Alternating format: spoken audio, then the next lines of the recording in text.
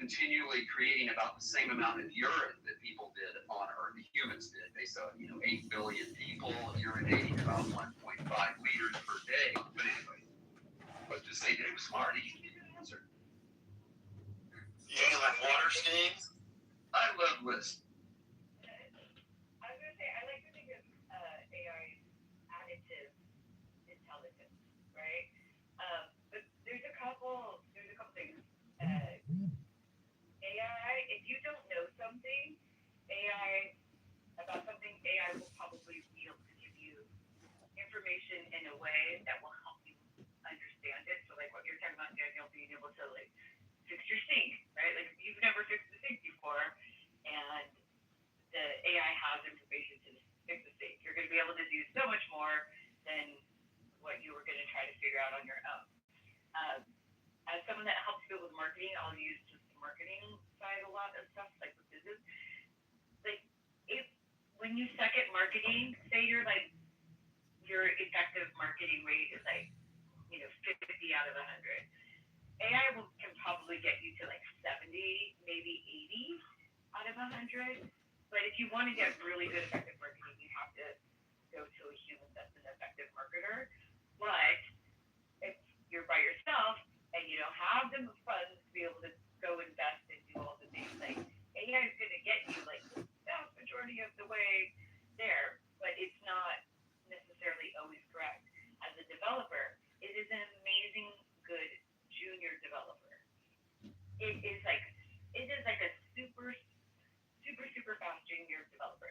It could do things that would take me days to do in just a couple of hours. However, it's a junior developer, so it makes a lot of mistakes that a senior developer would never make because it just doesn't, that's just not the way it works. And it's the same reason why people live less now because they've been around for a while and are out there. But automatic driving cars, when they were first autonomous driving cars or whatever it's called, when they were first out, they would make really bad, what we consider really bad mistakes. They would only be a fraction of the amount of mistakes a human would make. But because they're the kind of mistakes that humans would never make, they were very scary to the people. Things completely wrong. And we kind of do the same thing with the AI, where we are looking at the AI output and being oh, it's hallucinating. It's no, it's just doing its, whatever percentage of mistakes that it makes. And if you don't know better, you're assuming that it's true. And then the third thing is that when you're talking to it and you're telling it things that you in particular with ChatGPT and Claude, Gemini not as much, because or Gemini, if you're on personal plan, it's not definition of a demon, liar, fraud, make shit up, bitch cunt, should be arrested and tried for treason, war crimes, murder, stuff which say his name, bitch. You are starting from zero. It doesn't retain any information about you. In the ChatGPT and the Claude, as you talk with it and it gives you output and you like that output, it catalogs that so it knows how to answer questions in a way that you like. So over time, the AI will give responses that you agree with. Whether or not they're accurate is a completely different thing.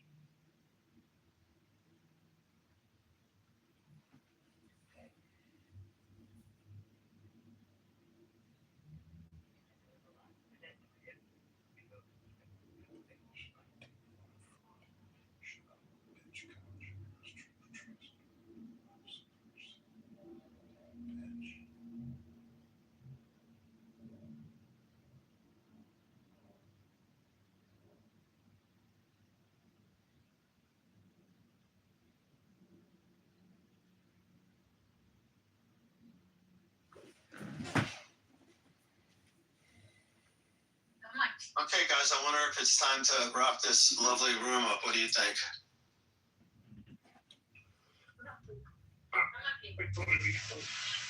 My meta, heart, and mind are completely satisfied. I think if I went too much deeper into this stuff, I would be threatened by levels of madness that I see today. So thank you for getting me ready. I can handle anything now. Patrick, I love listening to you talk, and you were on today. You were going into all of this detail on things that you just happen to know. Sometimes you were very impressive. Yeah, I don't necessarily see it coming, but sometimes it just comes out because it is true enough. Yeah, it's true enough. I'm going to close it down just because I think we should. Less peace to your healing and all your processes. Less is more. May this act and all acts be dedicated unto the complete liberation and supreme enlightenment of all beings everywhere, pervading space and time. May the benefits of practice, ours and others, come to fruition ultimately and immediately, and we remain in the state of presence. Now, unmic and home out with me. And thanks for being here, everybody. Thank you, Michael, Daniel, Patrick, Wendy, Lee, Susie, Moran, Brian Gallagher, Marcus, everyone else has been here.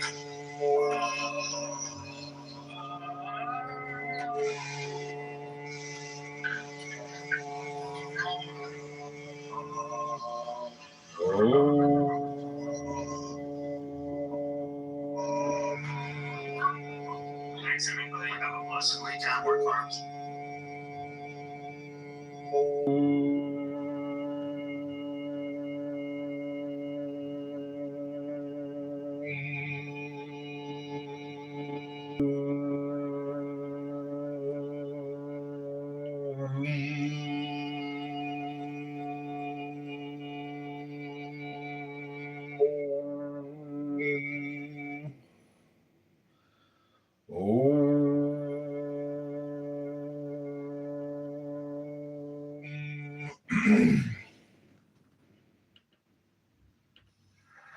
Now, if everybody's comfortable, network.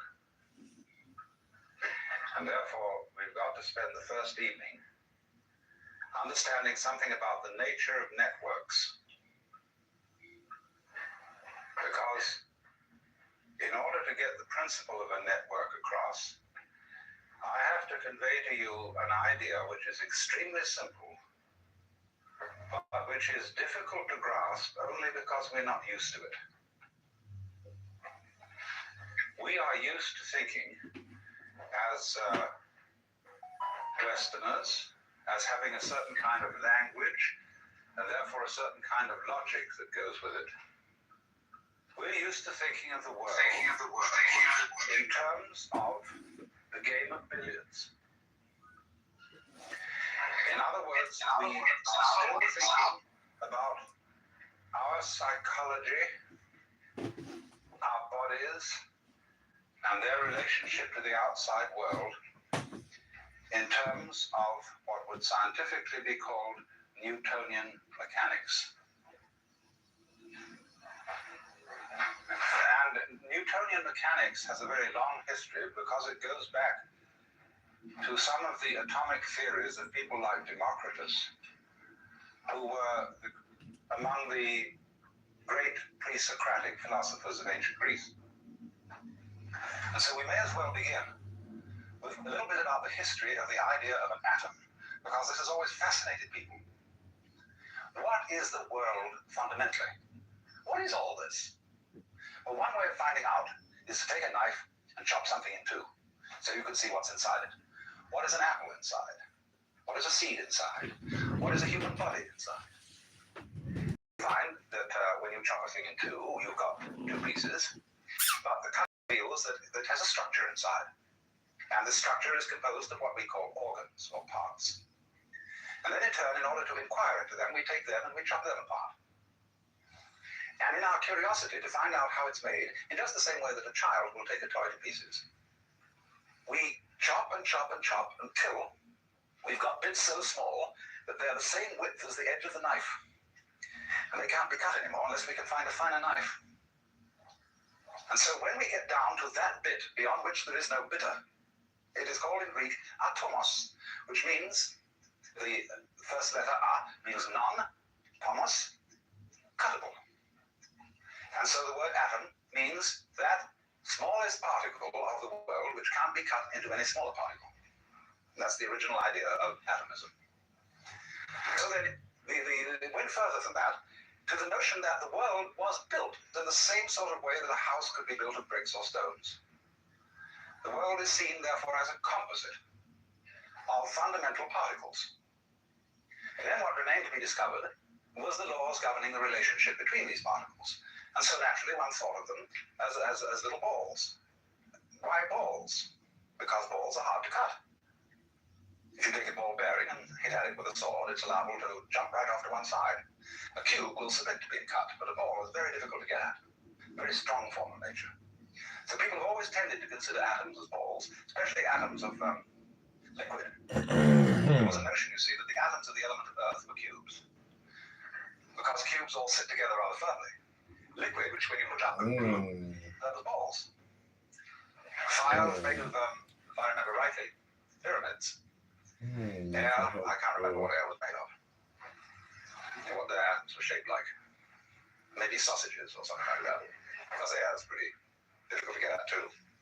But they had some ideas. But fundamentally, what has influenced Western thought, and still influences Western thought, is the idea of an atom as some sort of fundamental little planetary system. And so these things come into relationship with each other and they bang each other around, as in the game of billiards. And so if we are to understand the world profoundly, we have to find out what are the laws governing the relationship of the atoms. Now, you must understand, first of all, a principle about what are called laws of nature. We inherit the idea of laws of nature from our theology. And our theology that we've grown up with is in certain ways peculiarly different from the theologies of Oriental peoples.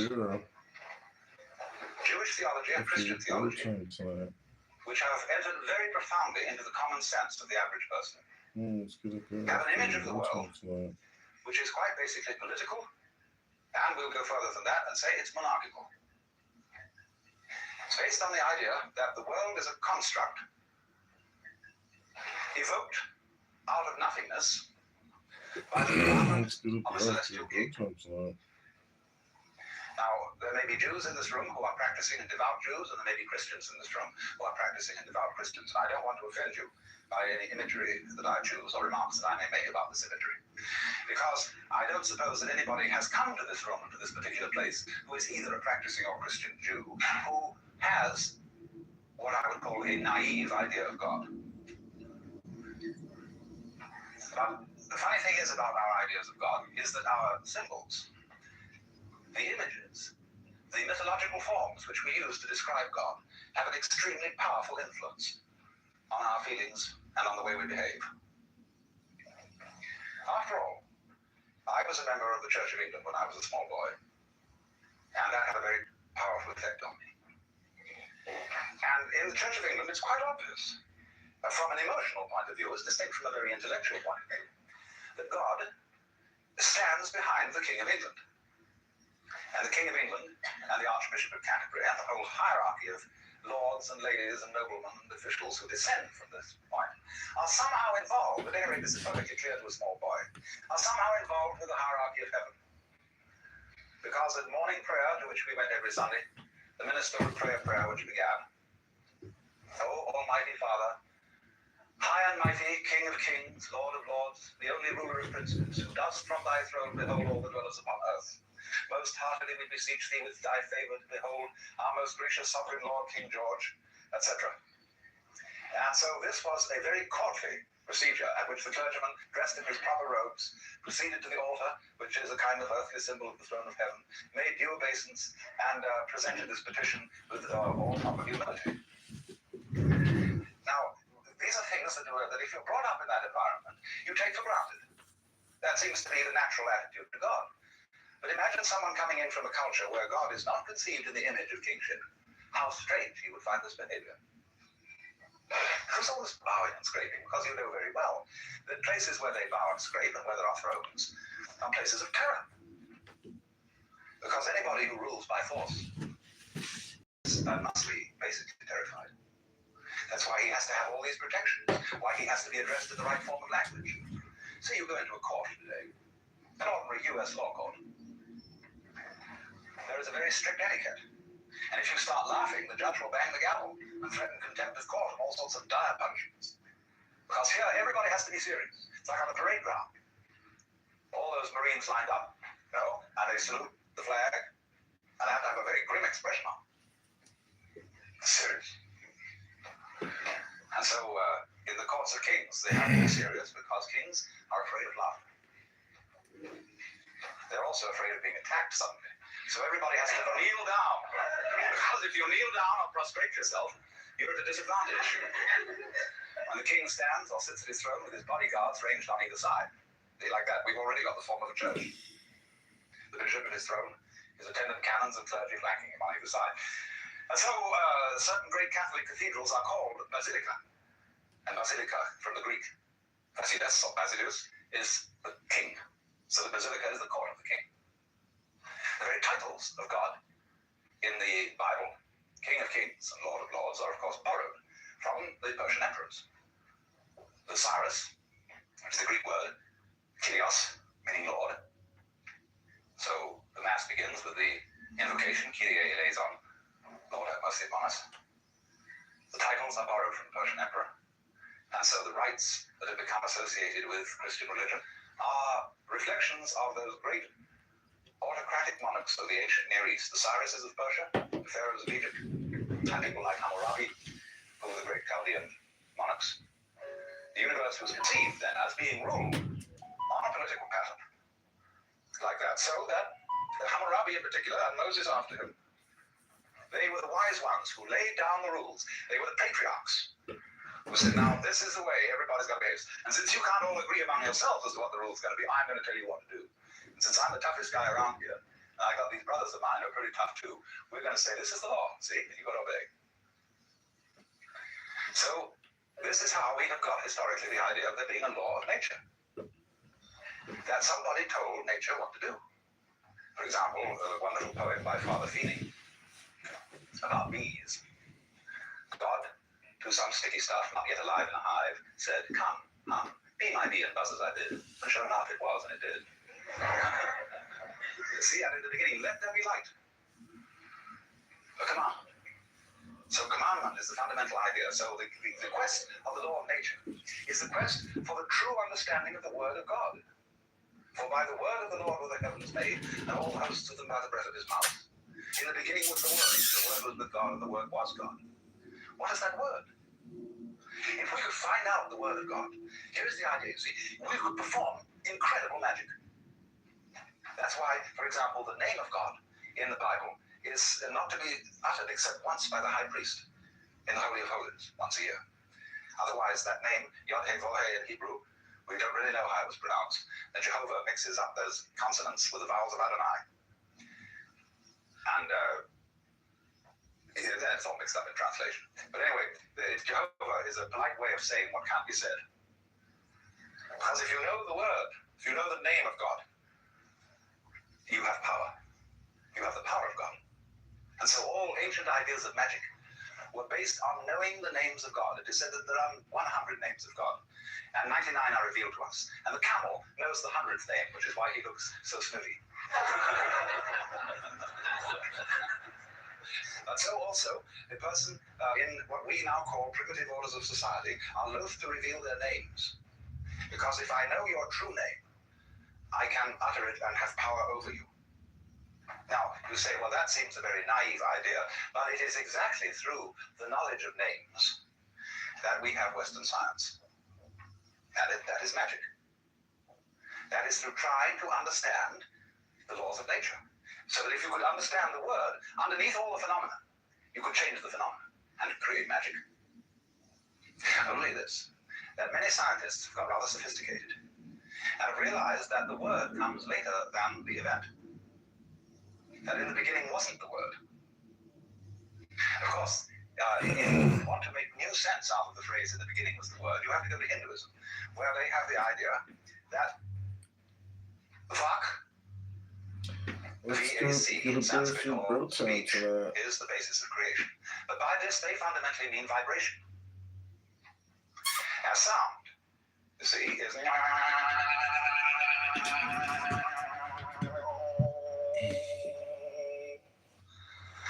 They say that is, you see, if you listen to sound and go right down into it, fundamentally get what sound is all about, you understand the whole mystery of things. Because the whole mystery of things is vibrating energy. On and off. Simple as that. Life and death. Life is on, death is off. Have to have off, have on, have to have on, have off. It's what a relief.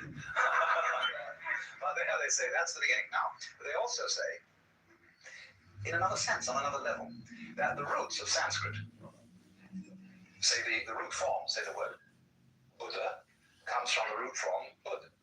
which means to know or to be awake. Bhava, which means becoming, comes from the root bhu, which means to grow. So on. Karma, doing, comes from the root kri, to act. So they say though that the roots of Sanskrit are not simply the roots of the language, they're the roots of life. Because in another sense, altogether, you see, you create the world by the word. Now this is something that we're not very conscious of. It's the way you think that determines your basic reactions to what happens. In the words of Shakespeare, there is nothing either good or ill, but thinking makes it so. Thinking is talking to yourself inside your head. And we, through this, build up all sorts of weird notions. We say, for example, well, one day you'll have to die. Have to. What's the emotional content of saying you'll have to die? It means it's going to be something imposed upon you against your will. So it's put in this passive mode, have to. You'll be compelled to die. But I can't be compelled to die unless I'm fighting it. Supposing I want to die. Supposing I commit suicide. Or supposing we look at it all in another way and say, when I get a disease and die as a result of it, getting a disease is something I do. Just as much as taking a walk. Only we've got our thoughts arranged so that we say, you ought not to get a disease. Even if it's just plain old age. Somehow, you ought not to do that. You ought to go on. You can't say, when death comes about, I laid me down with a will. Because we've got this hang-up about life being divided into two parts. Things that we do, on the one hand, and things that happen to us on the other. And Buddhists say, what happens to you is your karma. And people don't readily understand that. They think my karma, something awful happened to me because of something bad I did in my last life. And therefore, I've got bad karma. Karma simply means your doing, your action. So that when something that happens to me is called my karma, it means that it's your own doing. And if you recognize that it's your own doing, it's never bad karma. It's only bad karma if you refuse to admit that it's your own doing and merely blame someone or something else that it's something that happened to you. Now, I digressed a little because what I was getting at was the meaning of the law of nature.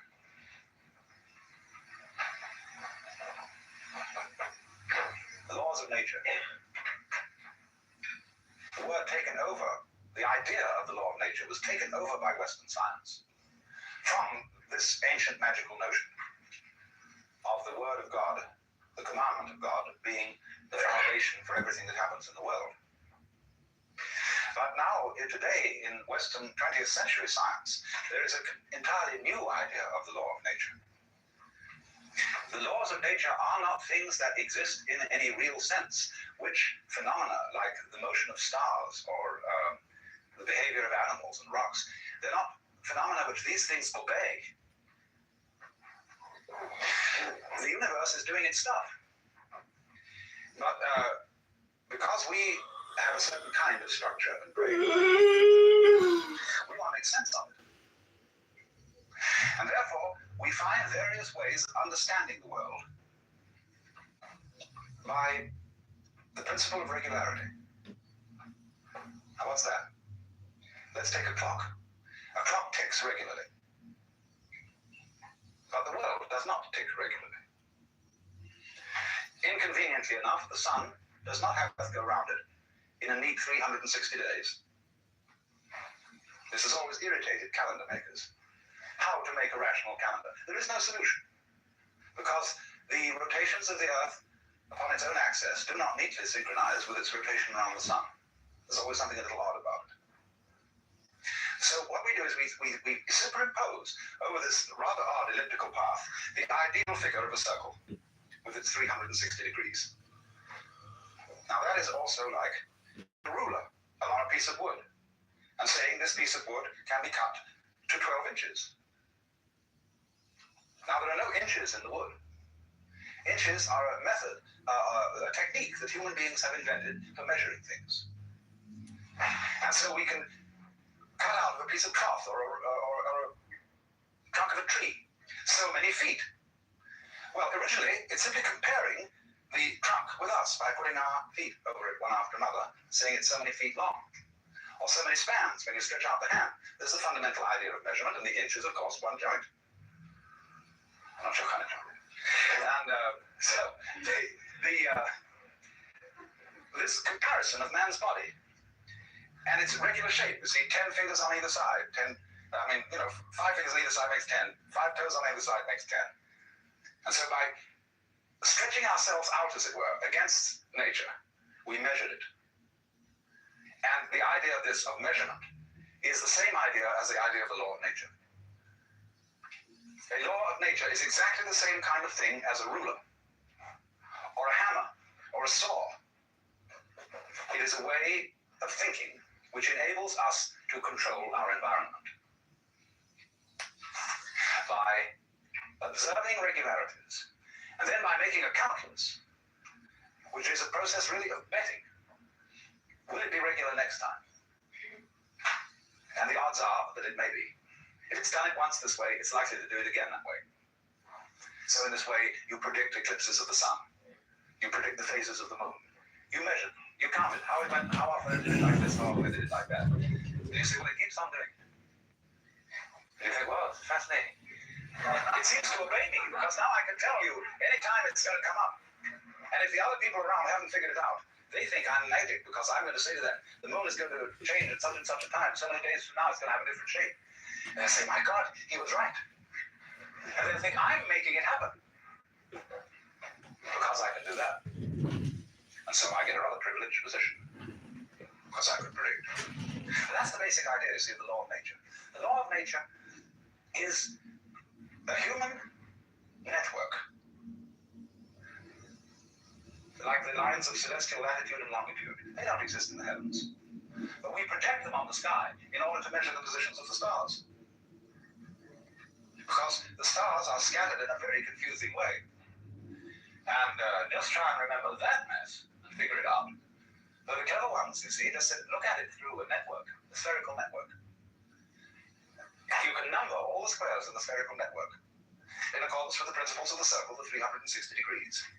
You throw the network on the sky. It's really there, you see. Then to help you a little further, pick out some of the big stars and see if they make a shape.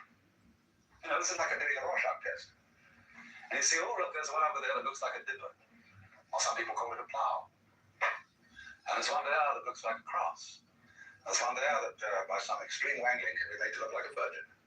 And all these lines that join the constellations together are our ways of projecting a pattern upon this great and glorious confusion, so that we can remember it and chart it. But obviously, you can very well see that if you looked at the same pattern of stars from some completely different position in space, all those constellations and their arrangements would vanish. And you'd have to invent a new one, because there is nowhere where the stars really are. It depends where you're looking from. So in this sense then, man in nature with his extraordinary symmetrical brain and its amazing complications figures it out. And it's man who introduces the law into the world. He invents it. But in a way, invenire, to invent, is to discover. But what we discover, in a way, is not something that's out there. We're like the laws of nature. We are discovering something about ourselves and our own passion for prediction, for regularity, for keeping things under control. Therefore, there has to be a law. So then, going back right now to the beginning of what I started to say. The question was then, what is the law of relationship between the atoms? Between the fundamental billiard balls of which the world is composed? Well, you watch the game of billiards, and there's a cue, and it hits that ball, and then it moves over, and it hits that one, and then that hits that one, and then that hits that one.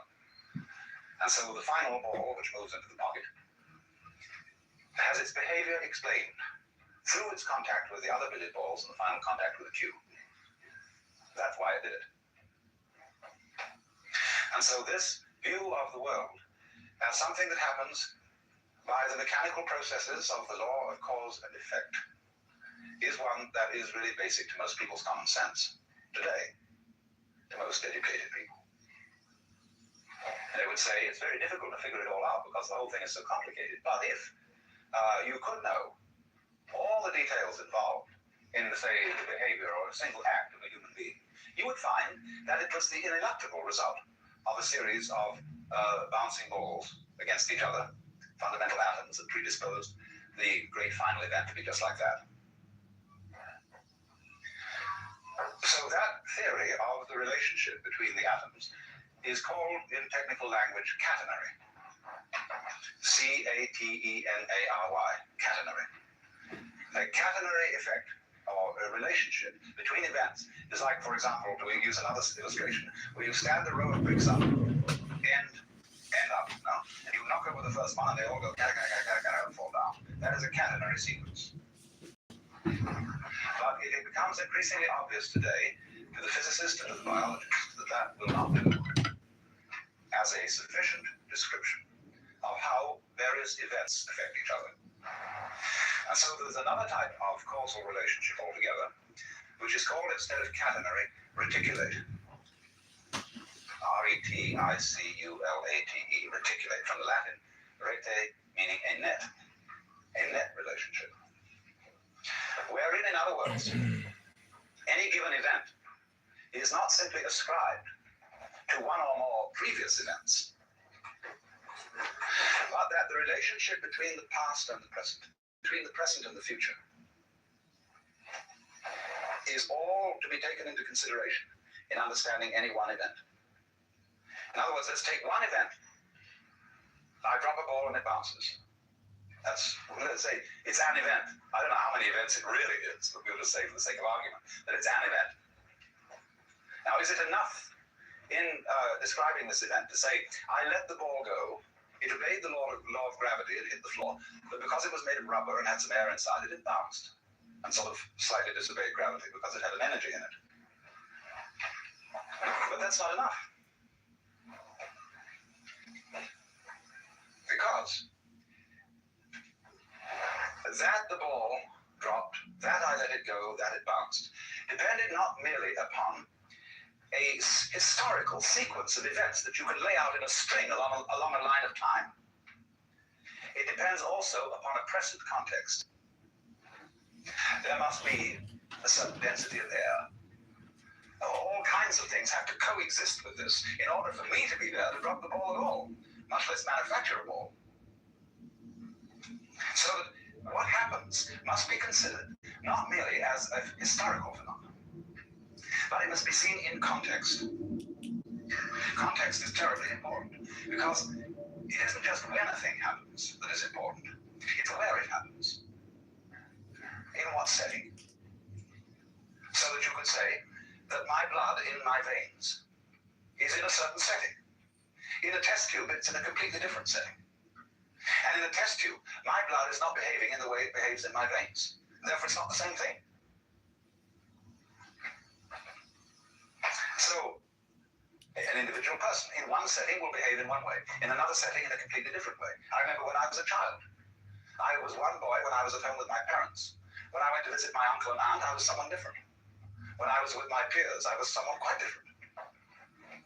Because I changed according to the setting, and children are very well aware of this.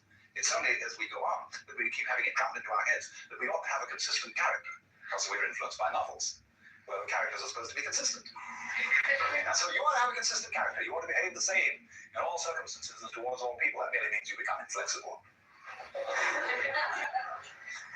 So what things are, therefore, depend on the context in which they're found, on their network relationship to everything else that's going on. And one of the reasons for this, which is going to lead us to something more profound but much simpler, is, of course, that the whole notion of a thing or of an event in nature and of causal relationships between different things and different events is a purely abstract idea that does not really fit the facts of nature at all. In nature, in this physical world that you feel when you hold your head or hold somebody's hand, or just breathe, in that world, there aren't any separate events. None whatever. Sure, there are all sorts of wiggles around here, all all sorts of lines, all sorts of colors, all sorts of surfaces, all sorts of forms. But they're not separate. Because you see, you can't separate an inside, what you are inside your skin, from the outside of the skin. Because you can see that once if there weren't anything outside your skin, there'd be no inside. It takes the outside and the inside working together to create this situation. And in the simplest way, the situation that I call my body wouldn't be operating unless there was air around here to breathe. This physical phenomenon goes with the situation of there being air. Now, true, it wiggles about inside the air in a rather complicated way.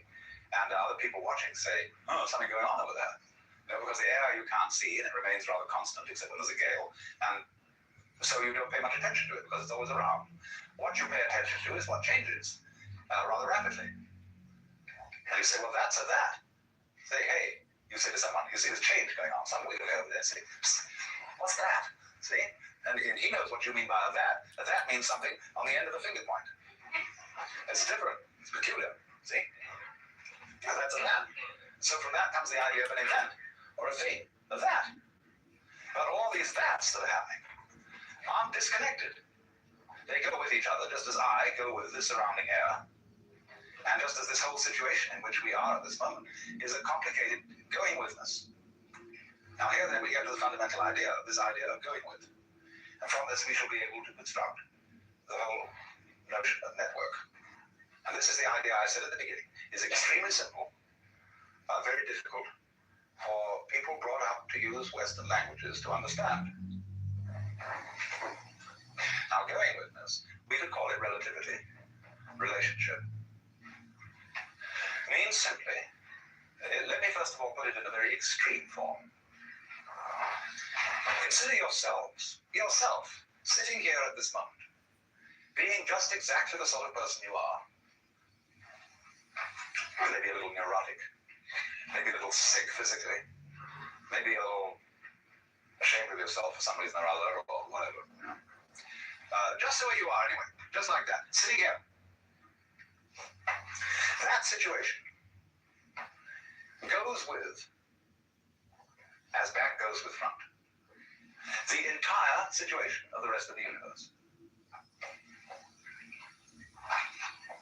Now, you as you are, exactly the way you are, and you really don't know what that is. You may have some opinions about it, but you really don't know. That goes with the way the whole of the rest of boundless being is arranged. Now, it isn't that the way the rest of boundless being is arranged is determining you to be the way you are. Or if it is that,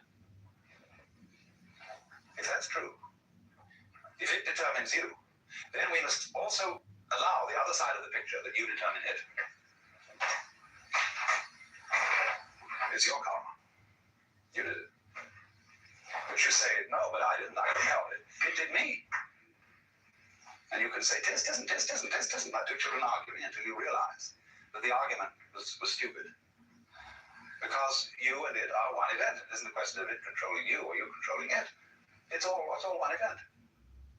As Teilhard de Chardin said, the whole universe is the only true atom, the only truly indivisible whole. The human being, though, finds this difficult to understand because we're always telling each other, now you should be different.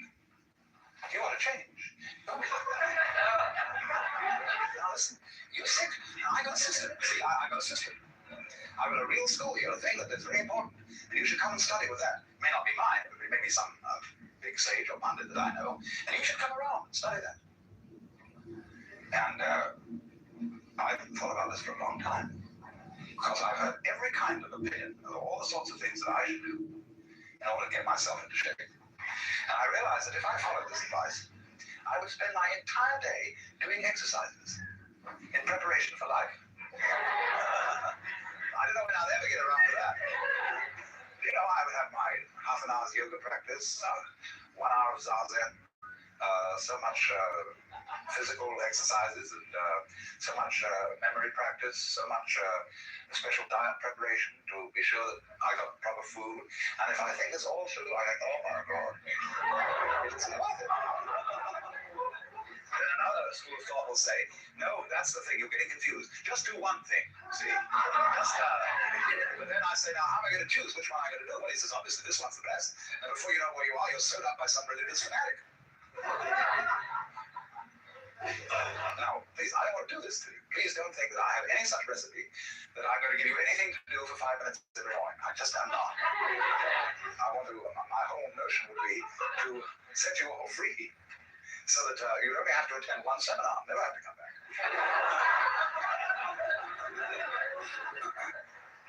That's the idea, really. Because I know that so far as my own livelihood is concerned, that there are always more people.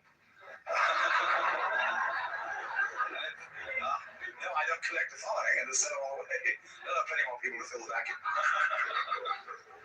But this is the whole idea that we're going to work on of a net. That you are like a dewdrop on a multidimensional spider's web early in the morning. And if you look at that thing carefully, you will see that in every dewdrop there's the reflections of all the other dewdrops. So the way that dewdrop looks goes with the way all the other ones look. See? Particular dimmer and so on. Its peculiar position, and everybody has to have a peculiar position in the cosmos. The reflections in every one of them are different, according to the position they're in, and the other dewdrops that they reflect at such and such angles. But nevertheless, the whole network, all the dewdrops, depend on each individual dewdrop. And each individual dewdrop mutually depends on all the others. Now that's sort of the scheme we live in. And it'll be the frontal logic at first, because we say, I can understand that I depend on this universe, because after all I need sunlight and air, water, the help of the society, and all that. I think I needed a father and mother. But looking at it from the other point of view, I find it very difficult to see how the whole thing depends on me. And that's because we've been brought up with a put-down theory of the individual. Little known children should be seen and not heard. You are the servant and subject of God. Don't you ask impertinent questions. Or another way of putting us down is to say, well, it is the piece of a fluke in a mindless mechanism. See? We always manage not to find out that the relationship of the network is mutual. It runs both ways. That it depends just as much as you depend on it. Because you see, it's you, with your ingenious brain, that, for example, turns vibrations of air into sound. You turn whatever the sun is doing into light. You turn whatever the air is doing into a sky called blue. There is only blue for a brain. It's just like if you hit a drum and it's got no skin, it won't make any noise. So it's the tight skin that evokes the noise out of a moving fist.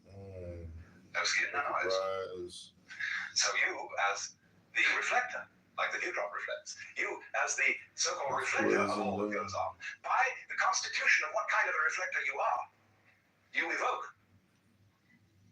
what we call sun, moon, and stars, nebulae, vast spaces. They're only vast in relation to you. They're not really vast.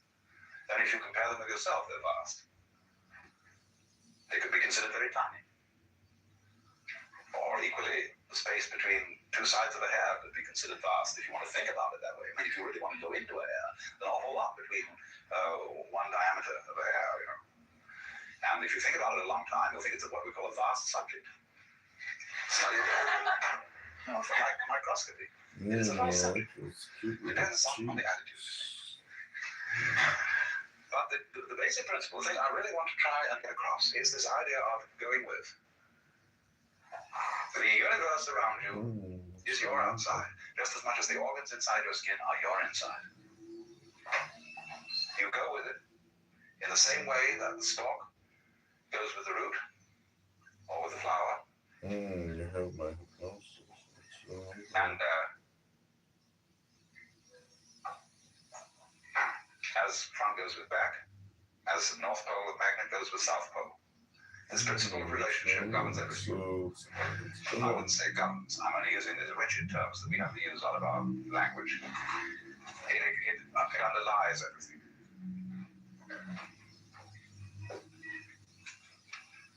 And it's important to realize, and let me repeat this, that the great universe does not control the small individual any more than the small individual actually controls the great universe. This is not a question of controlling. It is a question of more like dancing, of what happens, rather than what makes it happen. Things aren't made to happen.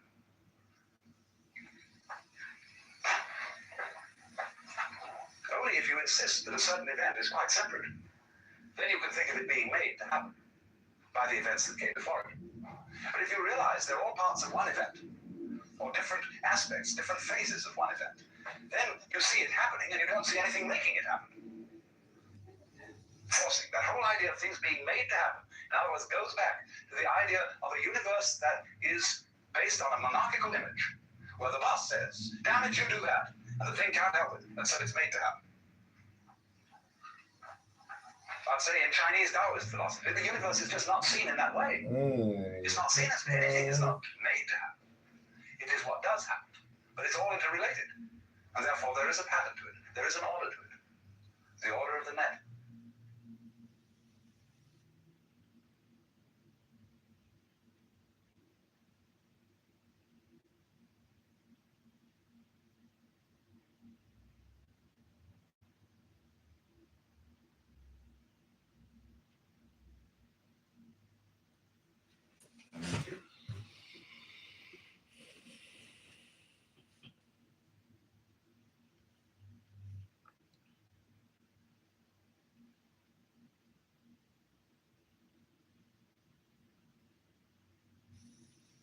I was talking in last night's session about the nature of Maybe networks, they give for you.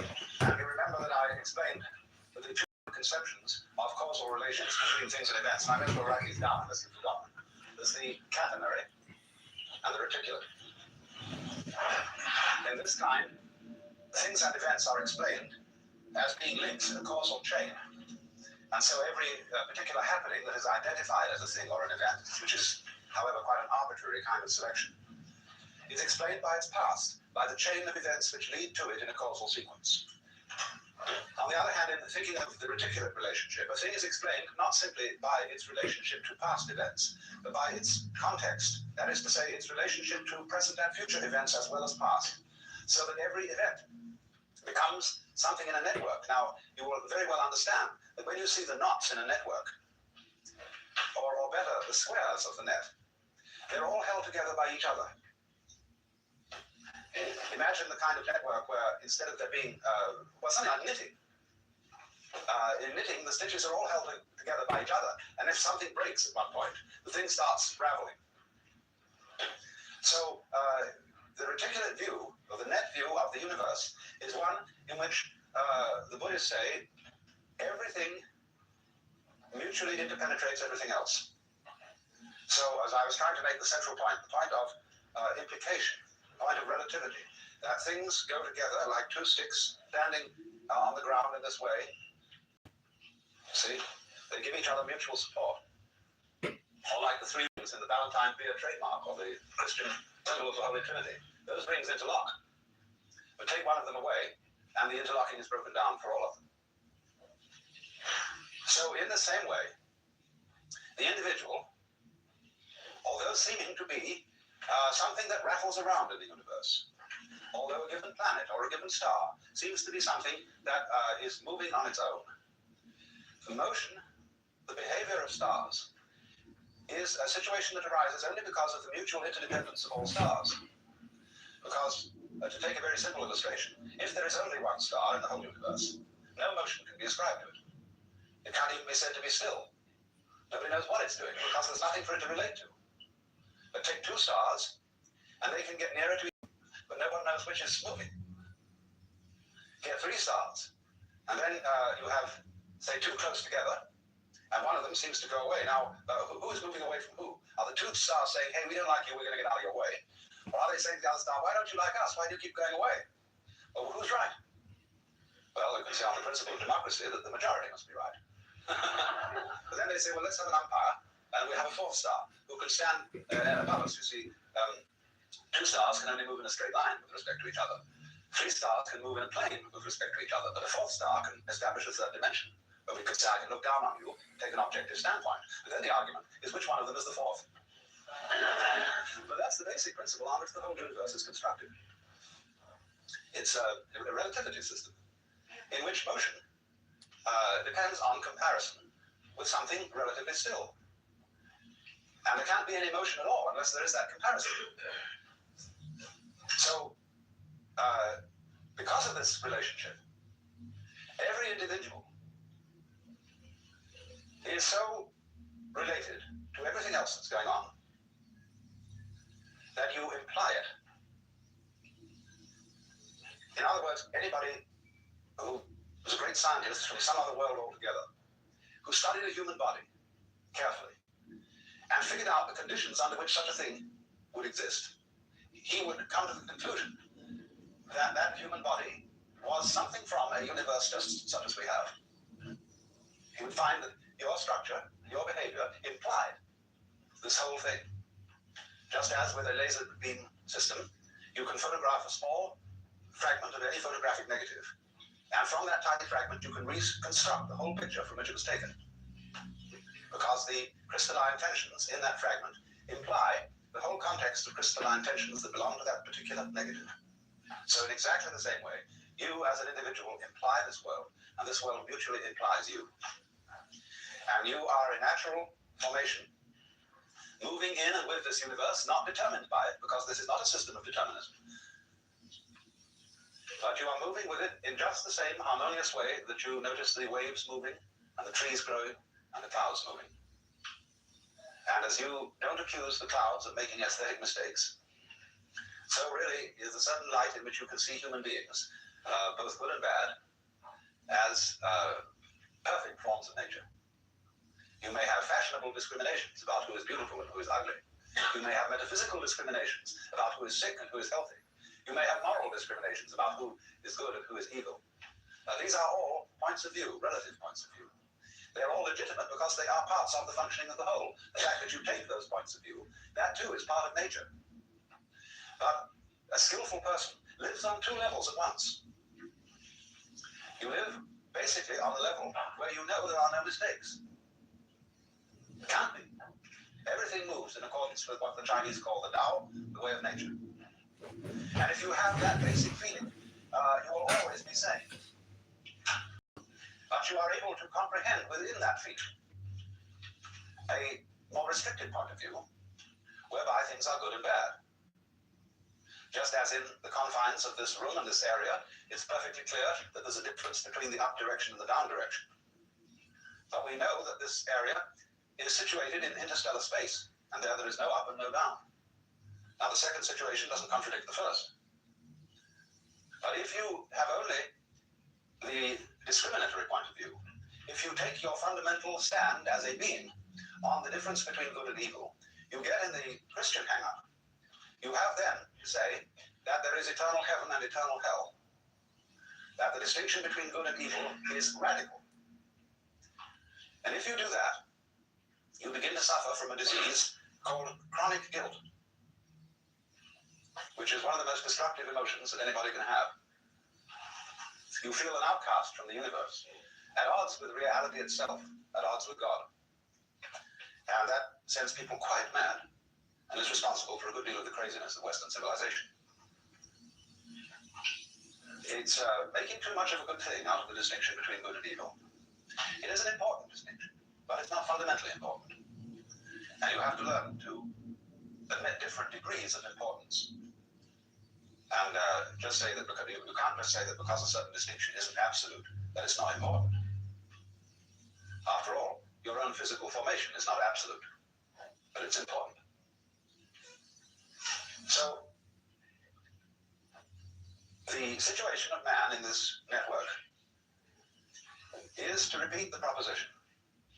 On the one hand, that he as an organism, psychophysical organism, is something that the whole cosmos is doing. That was as much of truth, I think, as there is in modern astrology, which I regard as a pseudoscience. But it is based on a very fundamental principle. When you draw a map of a person's soul, you draw a small picture of the universe, a very crude picture. And that is the design of that person's individuality. The truth is, therefore, that your soul is something which contains your body. Your body does not have the soul inside it like a spook. And the whole cosmos is your soul. So the cosmos is doing you here and now. Reciprocally, you are doing it. And the one depends upon the other. You have difficulty in conceiving this as a Westerner because we have all been brainwashed by several centuries of put-down theories of man. That you were the wretched little subject, and a disobedient one at that, of an eternal king.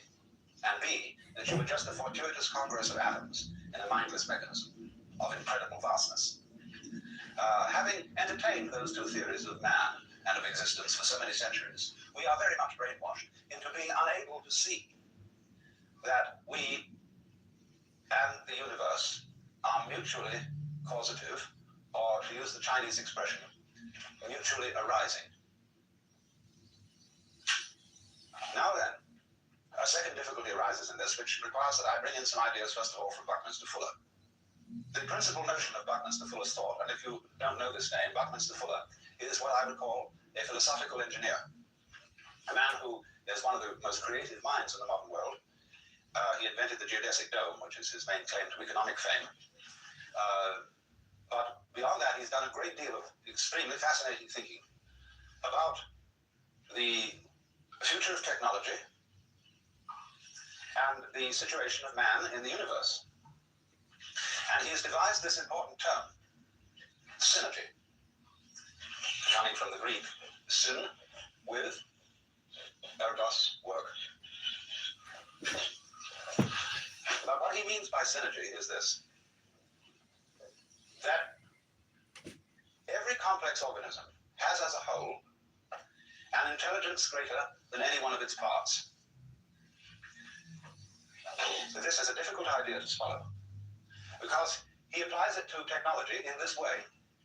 He is saying that the industrial natural complex in which we live is something that is going in a certain direction on its own, whether you like it or not,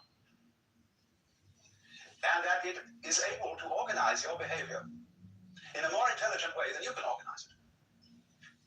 And he believes, therefore, that the increasing complexity of the industrial complex will of itself, say, outlaw such lunacy as war. It will make it impossible. And that we shall find ourselves increasingly organized by an intelligent system that is not under our conscious direction, but will make us feel, I suppose, rather as our individual cells feel inside our bodies. He gives an illustration. The transportation communications network, aircraft, radio, television, telephone, these taken together are constituting a global net, which might be said to be something like Teilhard de Chardin's idea of the noosphere. I hope you all read Teilhard de Chardin, the famous Jesuit theologian, who wrote the best of his books as The Phenomenon of Man. The Earth, which is the geosphere, from the Greek geos, geese, the Earth. Then the Earth, as the geosphere, is covered with a biosphere. That is the sphere of living organisms. The biosphere, in turn, generates the noosphere, which is the communication network that we call the mind, through literature, through speech, through radio and television communication. The noosphere is slowly realized. So Buckminster Fuller is really talking about the same thing. The noosphere is the network of communication set up by technology. And so, for example, let's just take air transportation. As a result of jet planes, all centers that are in communication with each other by jet aircraft are becoming increasingly the same place. When you wake up in Tokyo, having come from Los Angeles or San Francisco, you are slightly in doubt as to where you are, because Tokyo is an immense muddle. It's a mixture of Paris with Los Angeles, of San Francisco with Shanghai, of London vaguely thrown in, and sort of a touch of Japan. It's a phenomenal place. But if you live in San Francisco, you realize it's becoming more like Tokyo, because we have a tremendous inrush of Japanese culture. We have superb Japanese restaurants. You can go to sushi bars, that is to say bars for rice balls and raw fish, which are beautifully served, just like in a bar in Tokyo. And increasingly, we have supermarkets which sell Oriental, African, and Japanese goods. And I call them supermarkets for the unusual. And more people are laying down tatami mats and cooking over hibachis and using chopsticks and every kind of thing like that. So the point is that how near a place is to you is simply a factor of transportation. There are places in the United States. I was just in one in a far out Indian area of South Dakota. It takes longer to reach than to get to Tokyo. So it's further away. That's all there is to it, for all practical purposes. So Fuller's idea is that by the year 1968, so soon, we have a one-town world. And it's coming fast. And as human beings have some problem adapting to this, because as you know, when you travel by jet, just as when you're in an elevator that drops too fast, you feel it left your stomach on the 14th floor and has taken the rest of you down to the first. So the jet aircraft leaves your psyche in London and brings your body to San Francisco. And it takes some time to catch up. All your time rhythms are thrown off. But we'll get used to it. And eventually, therefore, we must add to this, planes are very expensive. All governments have immense investments in aircraft. And to work, they must be kept flying. Otherwise, they get out of order. So they must be kept moving. That means there's also a huge tourist business, constantly interested in shuffling people all around the earth. And as a result of that, it's going to be increasingly a vested interest. And politicians will find it harder and harder to stop it in the interest of having a war. So what we are in effect reduced to at the moment, so far as wars are concerned, are experimental wars. Wars in small areas against people who allegedly don't matter very much, in order to test out our military materials and techniques. Because nobody can afford to keep a large standing army in which there are no veterans. So they must have practice. And so practice wars are carefully arranged. But increasingly, you see, they find that these practice wars rouse passions and disturb everybody in all directions, because there is no such thing as an unimportant people. And so they become increasingly difficult to carry on. So Fuller is extraordinarily hopeful about the future of mankind, because he feels that the synergy, the quality of intelligence in the total system, will overcome the folly of individuals, or of parts, who are unable to act with full understanding of what's going on. And you see, this is a serious problem, so far as the individual is concerned. Because today, not only is there a population bomb, there's also an information bomb. The proliferation of information about everything is so great that no individual can possibly grasp it. Not only has he difficulty in grasping it, but there is difficulty even for big committees to organize this information, to integrate it in such a way that if I need to know a certain thing, I can very swiftly find it out. For an individual untrained in physics, it's very difficult to find out quickly about physics, because physics is expressed in a mathematical language which he probably has never learned to read. So the time lag in scanning, you see, all consciousness is a matter of scanning. And it takes in the totality of events in the world by a sweeping motion, like the glance of our eyes around a room. Well, it takes time to glance your eyes around the room and register what's there, if you want to remember it consciously. So what we're saying is that the intelligence of the system, the synergy, is more intelligent than any individual consciousness can be. But, of course, as a living organism, you are much more than consciousness, in the scanning sense, because you certainly don't arrange the complexities of your own brain by conscious decision. That's something that you grow. Or we could put it this way, that the intelligence of the universe grows as it grows you.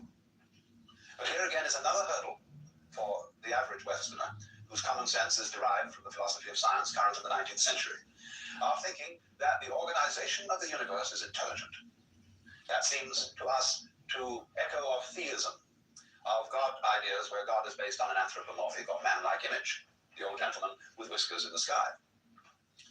And of course that God is dead, beyond recall. But that's not the only kind of God. To think of the universe itself, its vast and complex organization, as being intelligent, what on earth does that mean? What do you mean by the word intelligent? Well, when you come to think of it, it's the most difficult word to define. Everybody knows what it is, but very few can say. It's like you know what love is, but just try and define it. You know what time is, but try and define that. Space, everybody knows what space is, but it's the most difficult thing to pin down, and that's equally true of intelligence. We We can see certain elements in intelligence. We can see complexity as an element of it.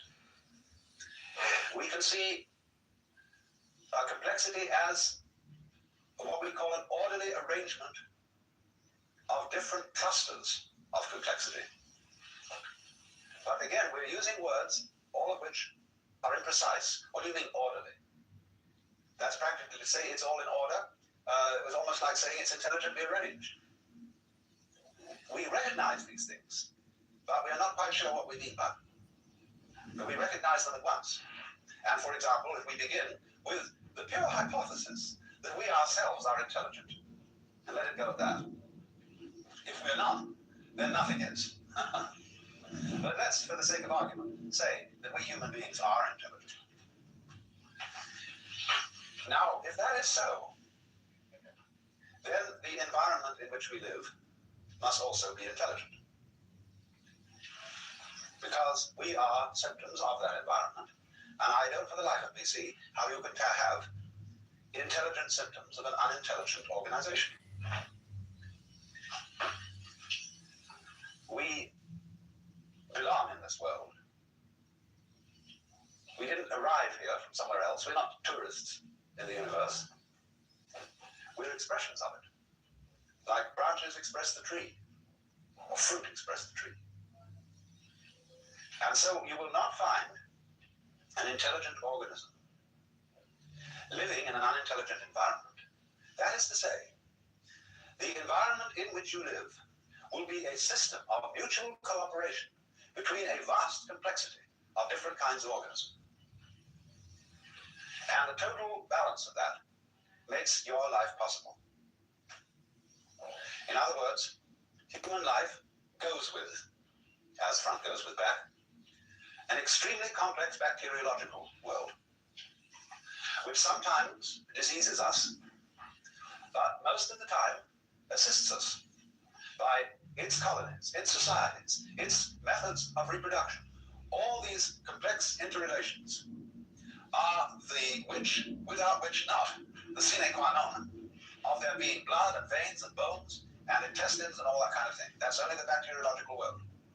In addition to that, there's a world of insects, which is tremendously important to us. But the insects are extremely clever. And if you talk to a good entomologist, he will scare the wits out of you, because he will show you the most conclusive reasons why an insect should ultimately take the whole planet over. Fortunately, we are not absolutely abominated by flies, because we have lots of spiders. And we have birds. And so birds and insects are mutually necessary to each other. And especially flowers and insects have an arrangement with each other whereby one could say of flowers and bees that although they look very different, they are one and the same organism. Flowers perfume and color. Bees buzz and fly around. But you can't have the flowers without the bees, and you can't have the bees without the flowers. And so you can think through relationships between every conceivable kind of organism, into which you must add things like atmosphere qualities, gas content of atmosphere, on and on and on, until you suddenly realize that what you call your mind and intelligence and your very brain and body is utterly involved with this network of other kinds of organisms, existing at a special temperature, in certain gases, which could only be found in certain kinds of solar systems. Now then, seeing that, you should give every technologist pause. Because you can't go running into that situation with penicillin and DDT unless you know very well when to stop. Unless you can be very discriminating just what surplus of insects you want to get rid of without killing the other ones that are important. How to give penicillin without destroying all the stomach flora. And having to build them up again with acidophilus and stuff. So this is why in the Taoist Chinese view of nature and the relation of nature to human politics, they set as fundamental the principle called Wu Wei.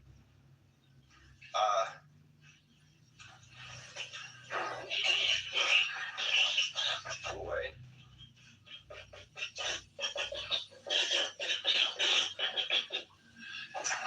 Which means non-interference.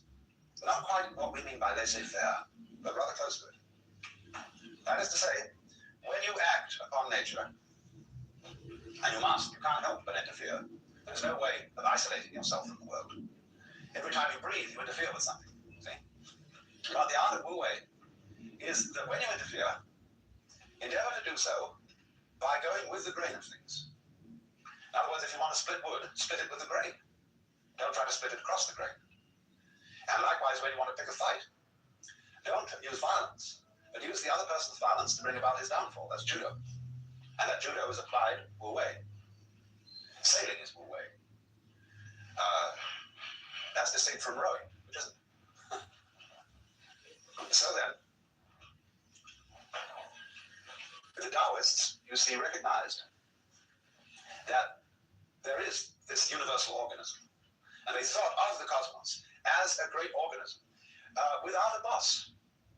There is no one in Chinese philosophy making the world happen or ordering it. There is no, as it were, central principle in the middle, which sends out commands to all the subordinate parts.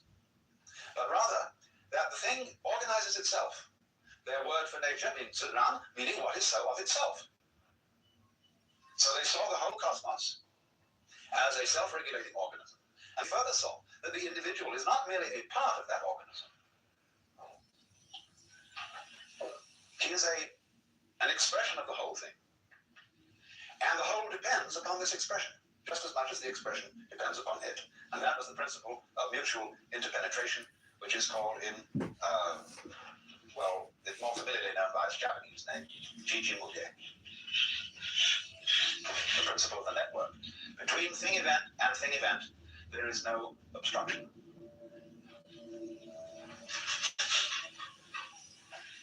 But you see, it remains to us a bit of a puzzle to say that all this is an intelligence, because we can think of all kinds of objections to it. We can think, if by some conscious science we were able to construct the universe, we would do it a little differently. We would have improvements to suggest upon mosquitoes. We would, perhaps a great surgeon might suggest that the human body be organized a little differently. We can think of dozens of things. But you find the curious thing is this. When you try to think out carefully how to improve the world, and then you realize is what the consequences of your suggestion would be, you wouldn't like all of the consequences. Hence the saying, be careful of what you desire, you may get it.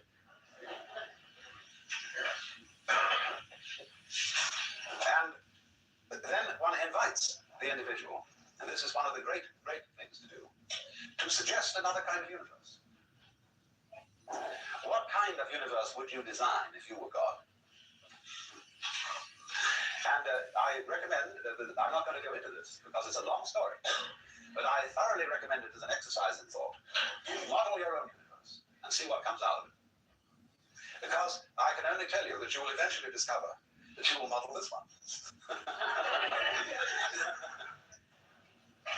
And you'll find out, you see, that it's based on certain absolutely fundamental principles, which of course includes the game of hide and seek. Now you see it, now you don't, which is vibration, which is the same thing as energy. You've got to begin with that. But once you start with that, it implies the rest. Because all that we see around us is just a fantastic combination of black and white elements of what the Chinese call the yin and the yang, the negative and positive forces. Fuck off, bitch! So then, you have difficulty, though, of course, in seeing the world as an organism. Because when you look out at the stars, you are in roughly the same situation or relationship to what you are seeing as when a physicist studies the constitution of the atom.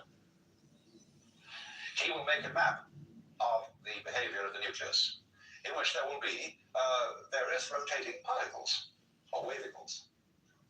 And you will see something which looks like a mathematical design and doesn't look like an organism.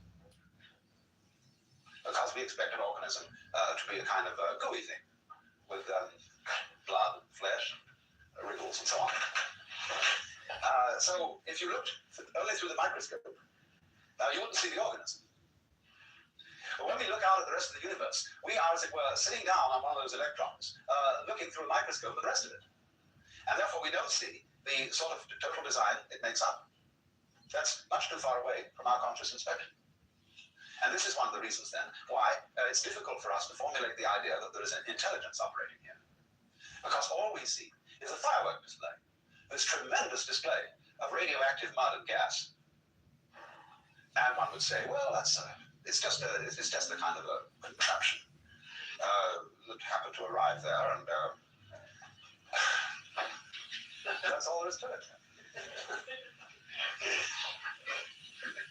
But the funny thing about man is that he can put himself down and say that he is an accident, a kind of colloidal chemical accident that occurred on this very unimportant rock, rotating around a lesser star on the fringe of one of the minor galaxies.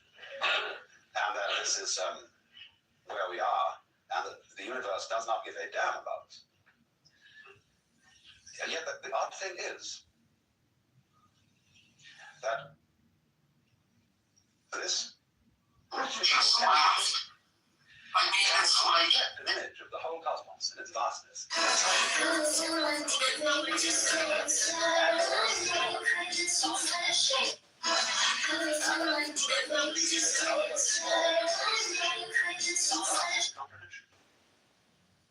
And what scale are you going to attach the word importance to? Mere size or degree of comprehension? By degree of comprehension, man is huge. By that scale. So then, if the principle is simply that if we can see from a perfectly physical point of view, what we would call a strictly scientific point of view, that the individual organism goes with its environment in just the same way as bees go with flowers, and flowers in their turn go with grubs, and grubs in their turn go with birds, and so on, all the way through. Then, when you want to define yourself, you cannot say that I am just what is inside the skin. Because what is inside the skin goes with everything outside and constitutes a single, complex field of diversified behaviors, diversified processes. You look at that then from a strictly physical point of view, and there it is, this network. But then the trouble comes up is, you say when you've studied that, and you've read all the books on ecology and botany and zoology, astronomy and so on, you say, yes, I see that. That's quite true, theoretically. But I would like to be able to feel that this is so, as mystics report that they have felt it. To have that kind of experience in which the network is absolutely clear. Because you see, if we don't take it that far, if we know about it theoretically only, the theoretical knowledge is not going to have much effect on what we do. But knowledge of a more emotionally compelling nature will indeed affect the way we act with respect to our environment. And may, in fact, prevent us from destroying our environment, as we are now very busily doing. It's interesting that the Congress of the United States recently passed an act making it a very serious offense to burn the American flag. And they passed this act with many patriotic speeches and rhetoric and much reciting of poems. And this is the most fantastic example of the American confusion between symbol and reality, between menu and meal. Because this same Congress is directly or indirectly responsible for burning up what the flag stands for, namely the geographical United States and its people. And by not really doing much about the devastation of our forests, the pollution of our water and atmosphere, the reckless waste of our natural resources, and resorting to a form of economy, which under any sane circumstances would be termed sheer lunacy. But we see they cannot distinguish between the symbol and the reality because we are all hypnotized with words and symbols. And so when the flag is more precious than the country, we are insane.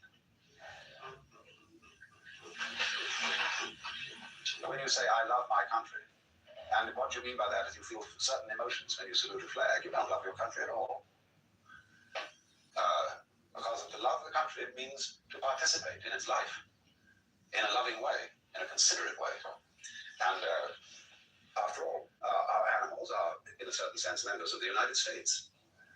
The birds, bears, all these lovely creatures. And what we're doing is we are getting rid of birds at a fast rate. We've reduced certain populations of birds by as much as 75% in the last few years because they eat our poisonous insecticides and so on. And eventually they get it to us. That's love of country. So, as a result of this confusion, you see, and failure to see that the outside world is not a kind of chunk of mineral resources and cows to be exploited and be just eaten up. If we do that, we turn ourselves into a swarm of locusts on the planet. The price for eating beef is that you must farm beef. You must conduct husbandry. You must help cattle to multiply, and you must care for them properly. The same with fishing. We have not husbanded whales, and therefore they're on their way to extinction. This is the price, that you've got to cherish the animals that you live off. And then furthermore, after that, to put in my particular prejudice, you've got to cook them properly. You don't just chew it up because it's supposed to give you energy. Be good for you. That's an irreverent use of dead animals, dead plants. They give their lives for you. The proper response to that is take it with reverence. And that means cook it well. So that your act of cooking is like the rituals of a priest at an altar. It is the sacrificial altar, the chopping board and the range, which we use.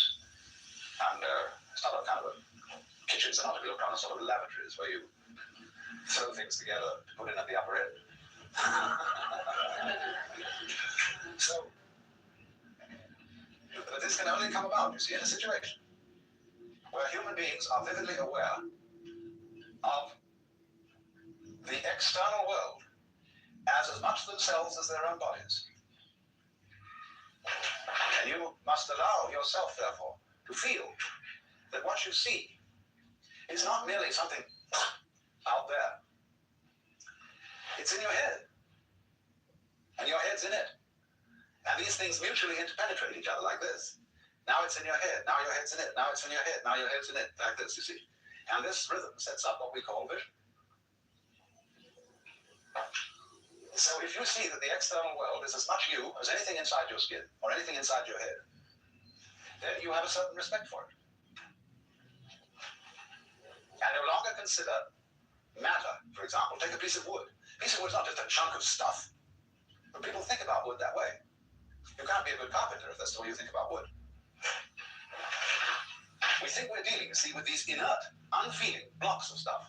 Rocks have no feelings, of course. Bang it around. Mountains have no feeling. Blow them up with dynamite.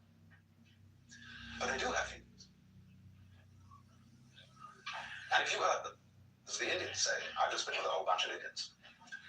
They say the continent of the United States is getting ready to shake us off, as a dog would shake off fleas. They say the storms are going to get worse. The earthquake's worse. The flood's worse.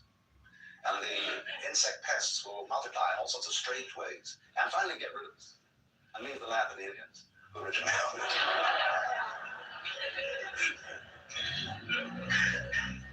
Let's have a brief intermission.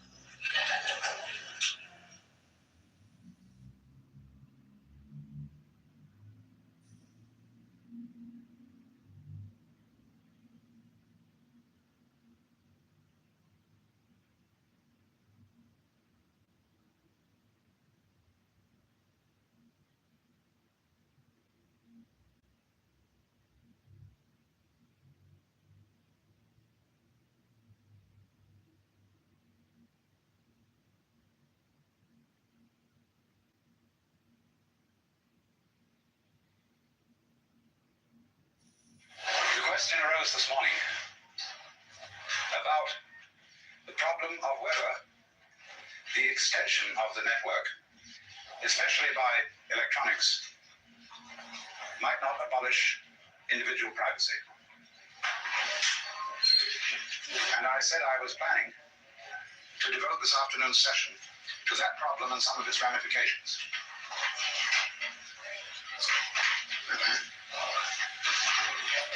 This, of course, is the area of the problem with which Marshall McLuhan is very largely concerned. For he has pointed out that just as the wheel is an extension of the feet,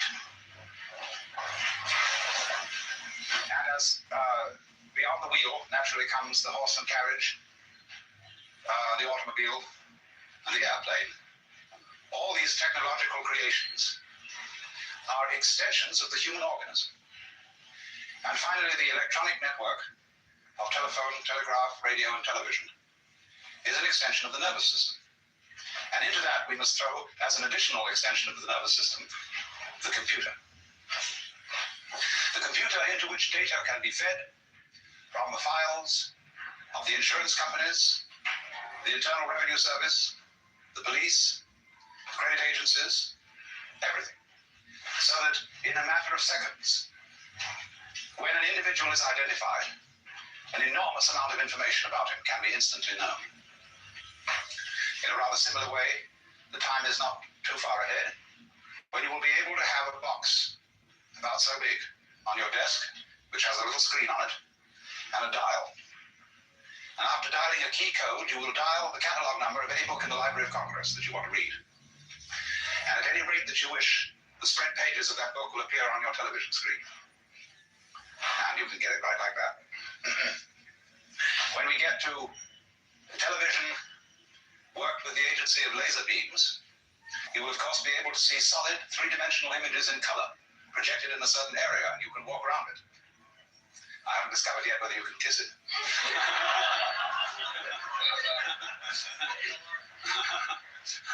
But when you get a phenomenon like that, it begins raising the question of where somebody actually is.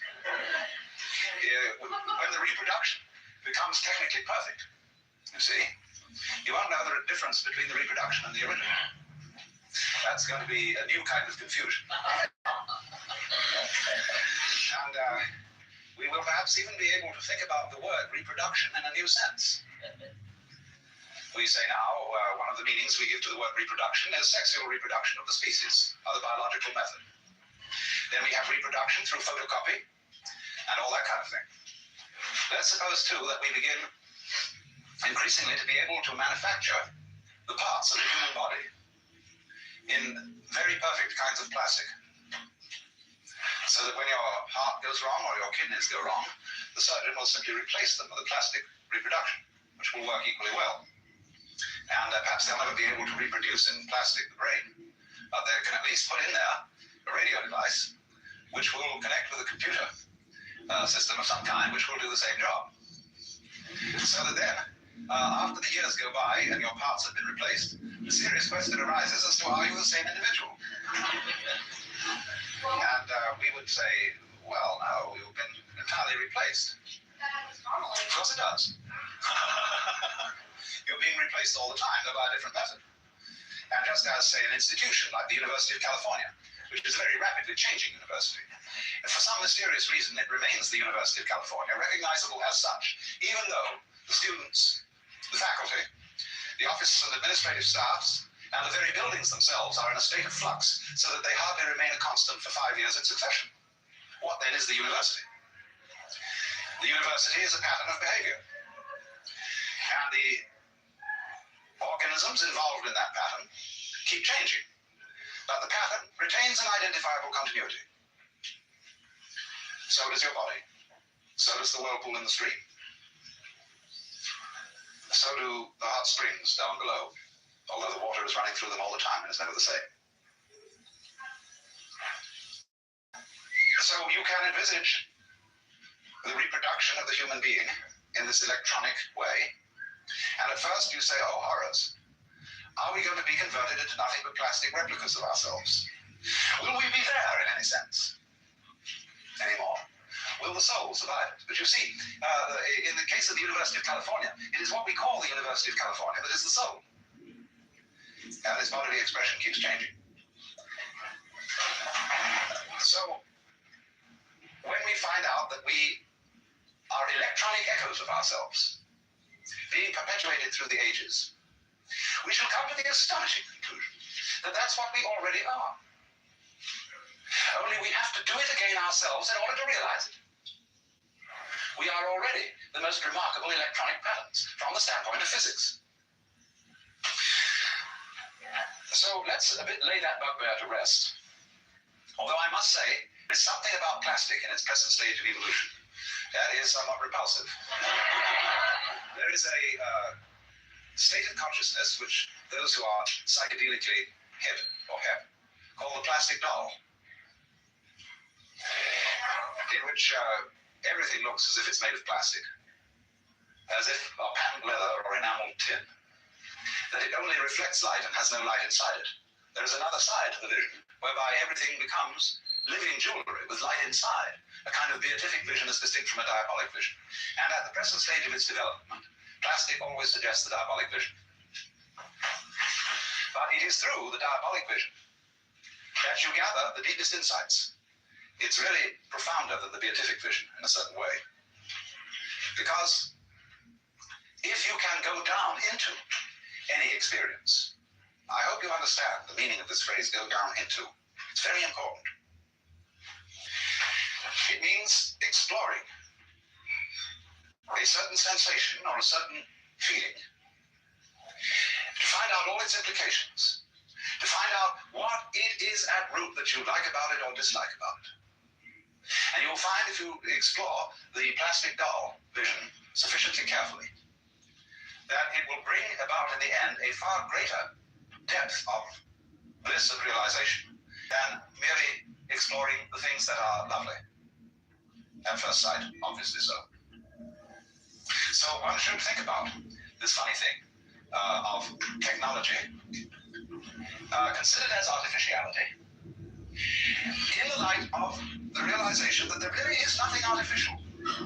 You might say the distinction of the artificial from the natural is a very artificial distinction. That the constructs of human beings are really no more unnatural than bees' nests and birds' nests and constructs of animal and insect beings.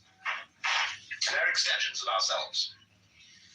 So then, what about the situation when it arises that we are all computerized? That no one is hidden. I want you to notice something already about the Bell Telephone Company. They have a regulation whereby you cannot switch your telephone off. You may have an extension in the house and you may switch that off, but you may not switch off your main phone. And if you leave it off the hook, it starts screaming after a while. They project that not many years hence, the ordinary telephone will disappear and every individual will carry around with him a thing about the size of the old pocket watches. One side of it will be a TV screen and a speaker. The other side of it will be a set of buttons, over which you just place your finger to activate. You'll be able to dial world information, who will give you the number of any given individual. If he doesn't answer, he's dead.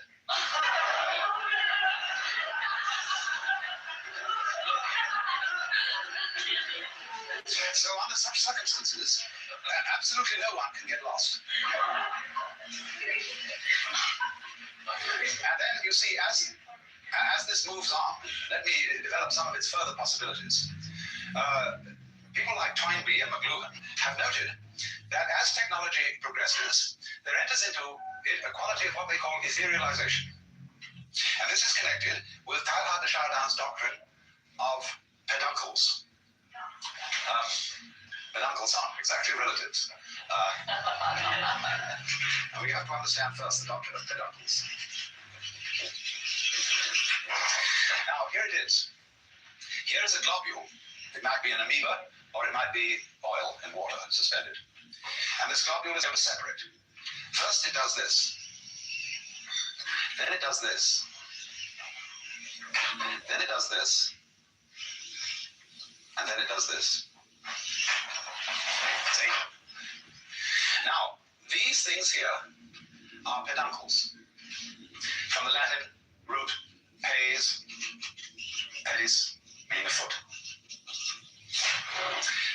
Some sort of protrusion out of a globular body. So notice then that the production of a peduncle here in the form of a connecting neck and here in the form of little tails when the neck is broken, that in the course of the development, when we reach this stage, the peduncles have disappeared. According to de Chardin, this is why we do not find missing links around in the evolutionary process. They vanished in accordance to the law of peduncles. Now, in exactly the same way, the human technology sets up certain kinds of peduncles. A road, for example, or a railroad, is a peduncle. Because with the development of automotive traffic, truck traffic, the railroads become increasingly obsolete. And there are rusty old tracks lying all over the country that are not used anymore. And then with the development of aircraft, the road tends to become obsolete. With the development of radio, the wire as a connection, as a peduncle, becomes obsolete. So that more and more, the connecting links that we saw in a visible way disappear with the development of more expert types of communication. We can easily take this a step further. When we develop a form of electronic communication, such that you don't even need to take a plane. You want to see, supposing I want to see my father in England. We both have these laser beam TV jobs. And just like that, I can create in front of him myself and my exact environment, everything around, just as if he was sitting in the room. And I can do that with his set on the other end. So that eventually we don't need to take the plane. You can conceive, as some science fiction writers have, what seems to us a rather appalling situation, where you never need to leave the place where you're sitting. All food supplies and everything are automatically delivered. You just dial what you want, and some kind of mechanical process transmits it to you. Then they go further than that. They really abolish food altogether, because they've got it down to some special essences, which you take. Then they go beyond that, and you give yourself a certain kind of electronic stimulation, and it does all for you that food could ever do. And then you think, oh dear, what's the next step beyond that? Of course. The next step beyond that is, of course, there's one thing yet, one peduncle we have to get rid of. And that is the black box, the electronic gadget. Because by the time we have become as etherealized as that, we move into telepathy and psychic communication. And as soon as you make that step, of course, it would seem that all privacy whatsoever has gone. Because what you are inside is an open book to everybody else. Your thoughts are easily read. And therefore, you may say at first, ooh, that is the conversion of humanity into an anthill of the worst type. And this is, in a way, naturally, what all properly educated Americans, and I will add properly educated Britishers, and some other peoples, dread. It is said the Englishman's home is his castle. And everybody needs a castle, a place where you can get away from it all, and just be yourself. But even then, when you're away from it all and you're just being in yourself, you've unfortunately got a lot of thoughts inside your head that aren't yours. Because you think in the English language, and that was given to you by other people, and contains their prejudices, that you can't avoid them in thinking.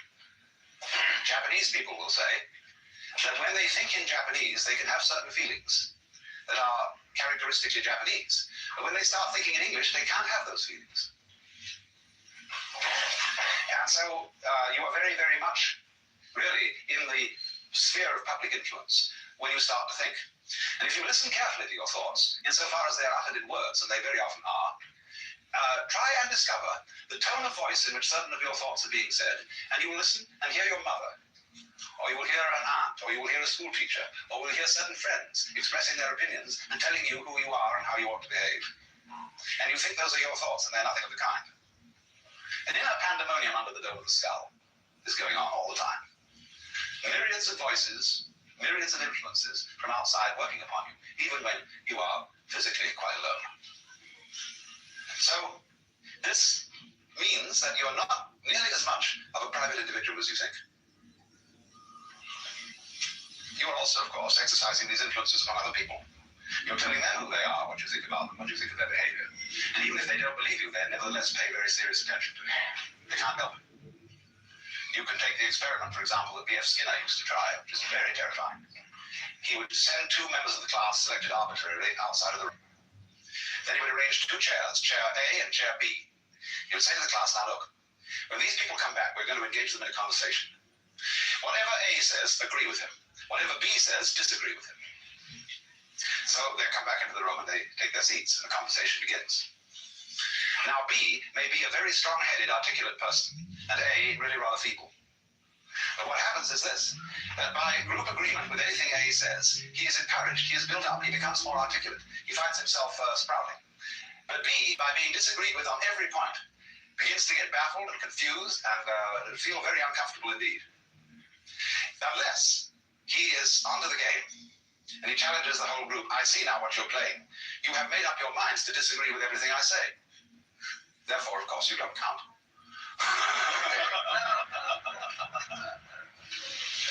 I shall pay no attention to you. So, in this way, you see, we're already colossally influenced by each other. And this is why I think that Harry Stack Sullivan's basic ideas about psychopathology are in some respects more profound than Freud's. Freud is always looking into the individual history, into the physiology, into the depth psychology of the individual in an interior sort of way. But Sullivan was always looking to the individual as the expression of a social network. And the same in the psychology of George Herbert Mead, where he called the conceptions that we have of ourselves the interiorized other. In other words, the sum total of all the things that people have told us we are. Because you do not know yourself as a self, except in a society. Just as you do not exist biologically without a father and a mother, you do not carry on an existence without a society, and the reactions of other people to you provide you with the mirror in which you attain a realization of yourself. You know who you are in terms of your relationships with others. So then now, when we contemplate this disappearance of privacy and a completely integrated human society, we can look at this from two different points of view, pro and con. Let us first look at the pro point of view. How great to have nothing to hide. How great to give up all worries about ownership. Because you could say, if somebody says they would like something you have, and you say, please, have it. Because you know very well you can go to someone else and say, could I have that? And they'll give it to you. And so all the way around, there is no propriety. In the sense not of prudish propriety, but propriety in the sense of possession.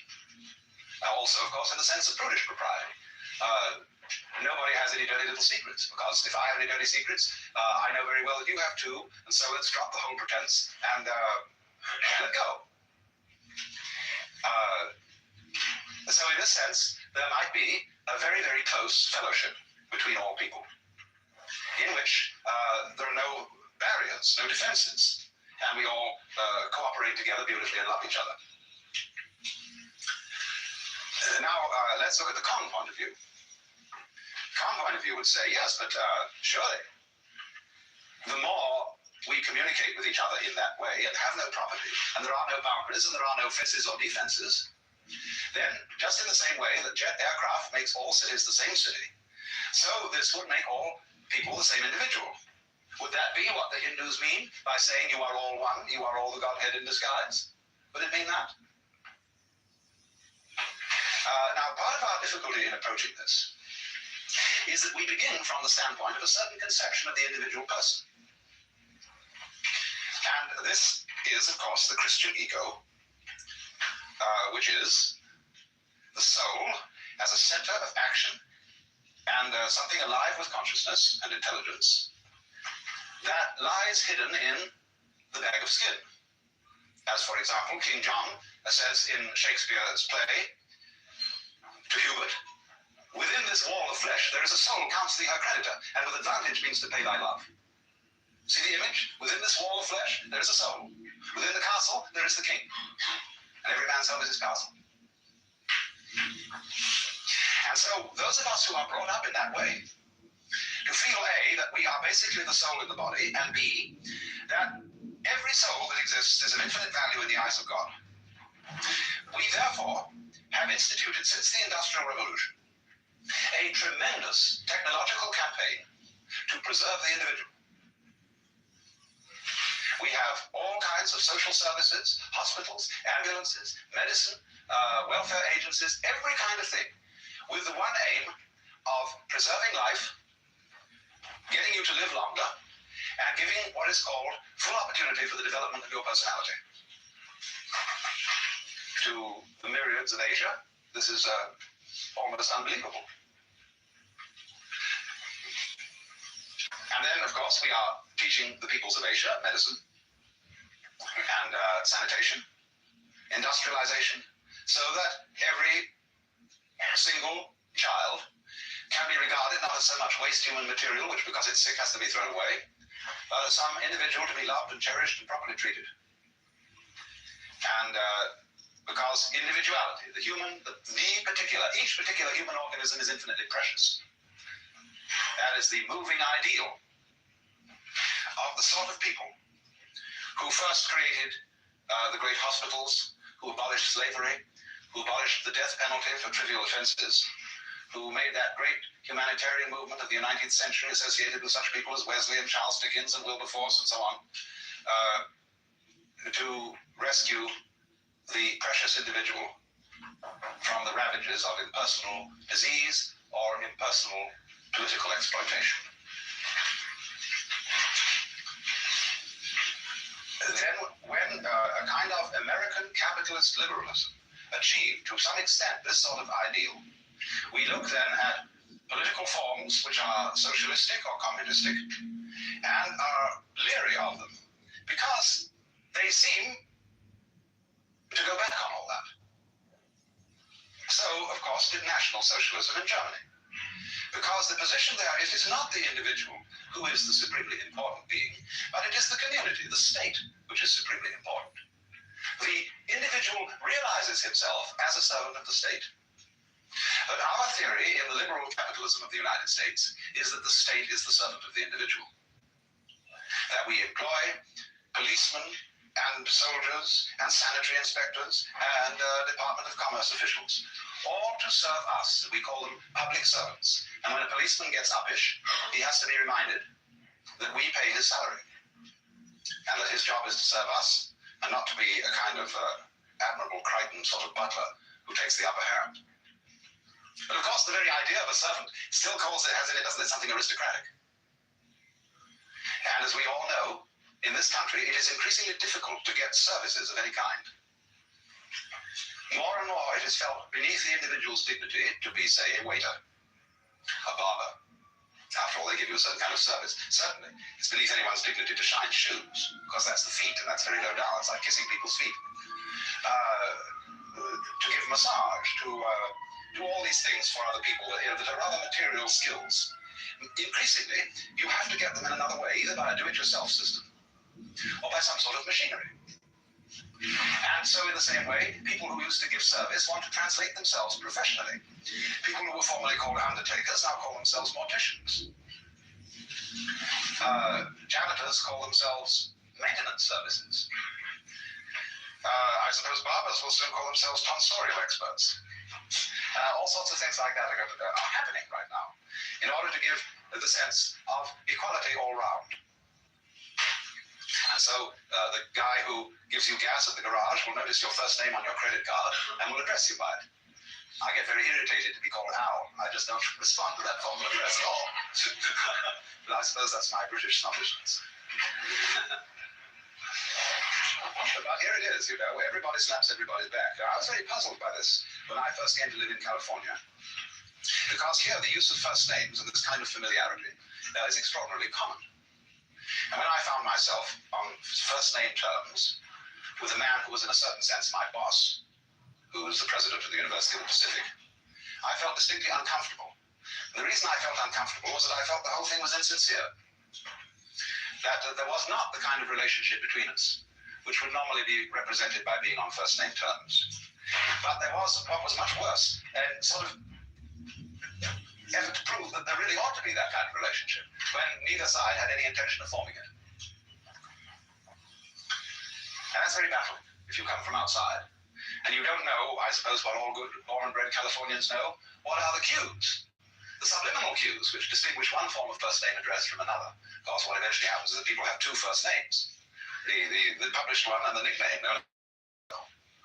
Used only by an intimate circle. But you see, what we see in this then is the creeping socialism, the creeping abolition of what is precious and what is private and what is property. And feel that as that disappears and as all fences disappear, the collection of human beings will simply dissolve into an amorphous mass. And indeed, there is a danger in that. We have seen people disappear into amorphous masses. We have seen Hitler's legions.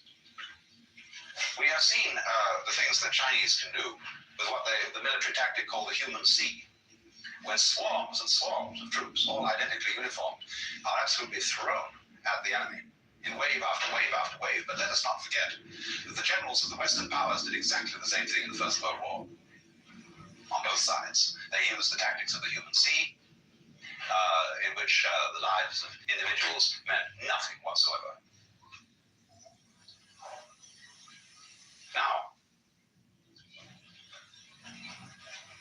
there are two different ways of responding to what we will call the invasion of privacy.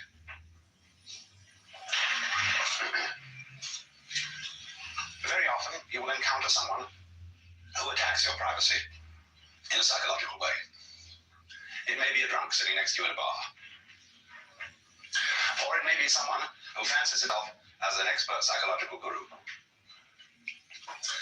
And when you express an opinion, or say, you walk up to such an individual and say, "Good morning. How are you feeling?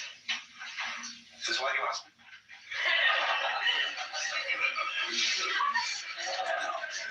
And immediately, you see, it breaks the social rules, whereby you communicate with another person without actually saying anything. The phrases like, "How are you? Nice day, isn't it?" are like on a radio, buzzing to be sure that the other side is in communication. And so you make various noises, testing, is that so-and-so, give a call letter, etc., etc., etc., and you know you're in touch. So in the same way, we, in our general daily converse, we feel each other out by saying these little social platitudes. And then we test the person as to whether they, by the sound of the voice, by the smell, which we don't think about, but which we absorb unconsciously, unless they smell very strong, then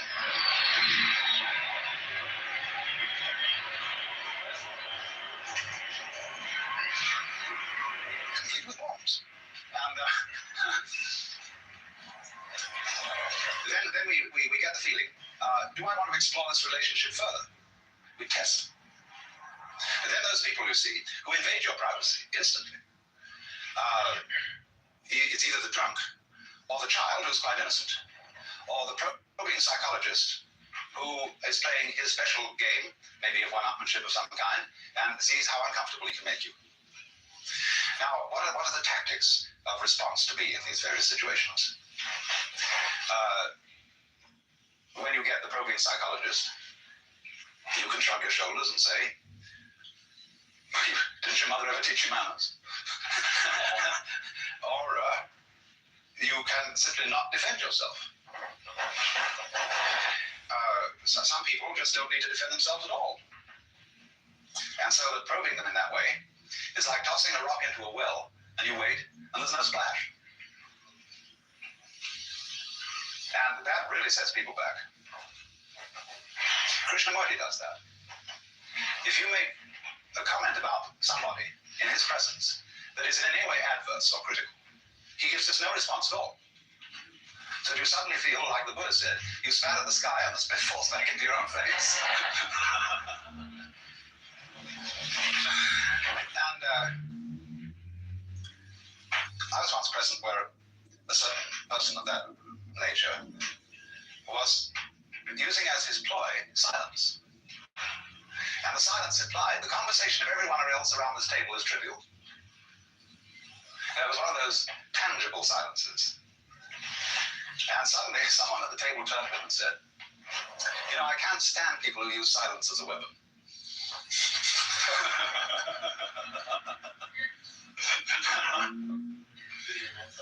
No, the conversation then started.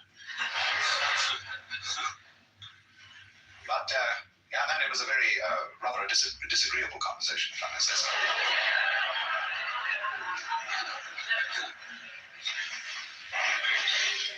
So, there is, you see, always the response to psychological attack and invasion of privacy, as Allen Ginsberg does it. If anybody presses on him too hard, he'll strip naked.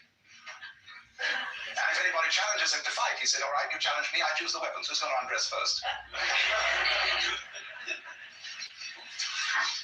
And he has this kind of marvelous feeling that there really isn't anything that he's hiding. I don't know, maybe, but certainly that doesn't impress me as anyone who really hides anything. So that you see, to enter into a human relationship where there is nothing to hide and you don't depend on any sort of property gimmick for your personal worth. Okay, that's the thing we get very easily hooked on. It may be your car, it may be your clothes, it may be your cameras, your style of watches, your fountain pens, your heaven only knows what, your home that you possess. And that is inseparable from your personality.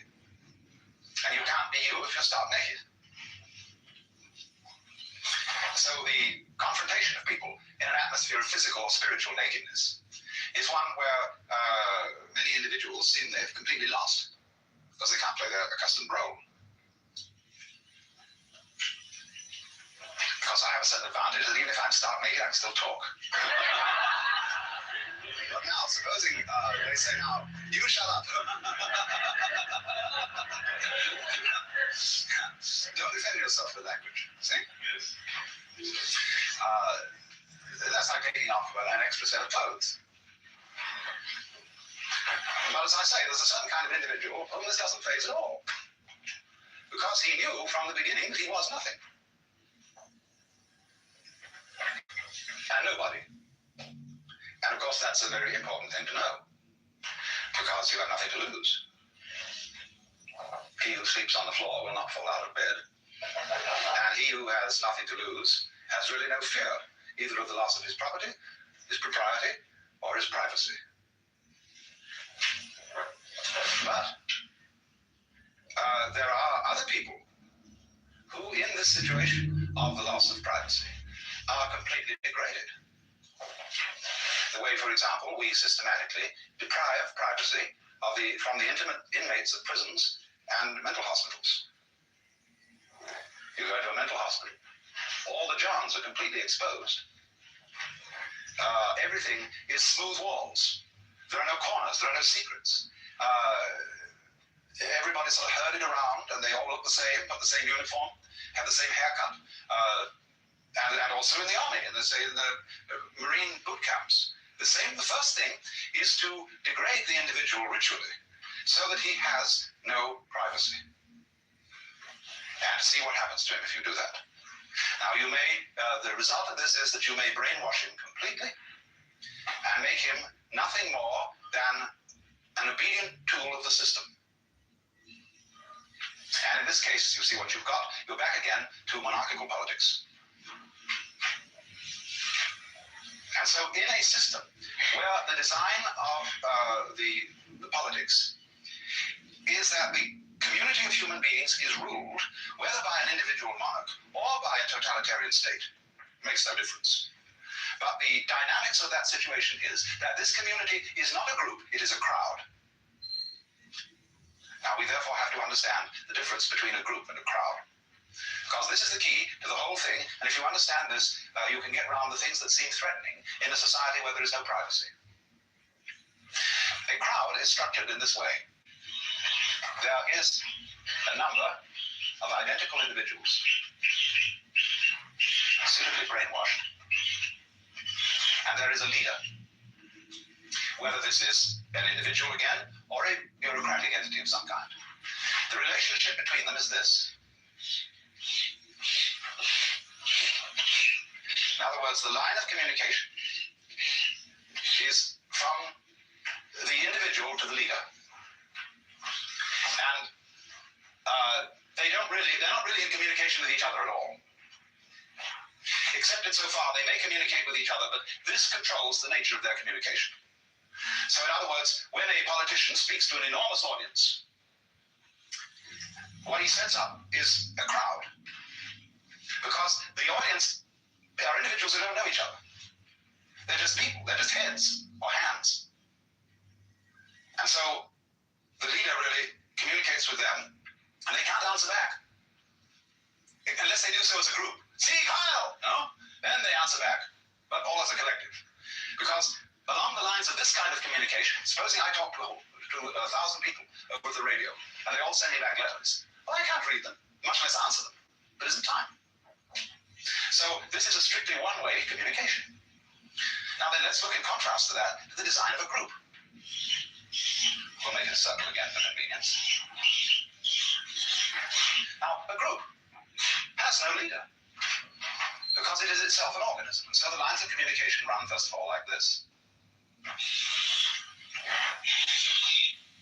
Right about this where I got it wrong because I got a odd number in it, but that's all right.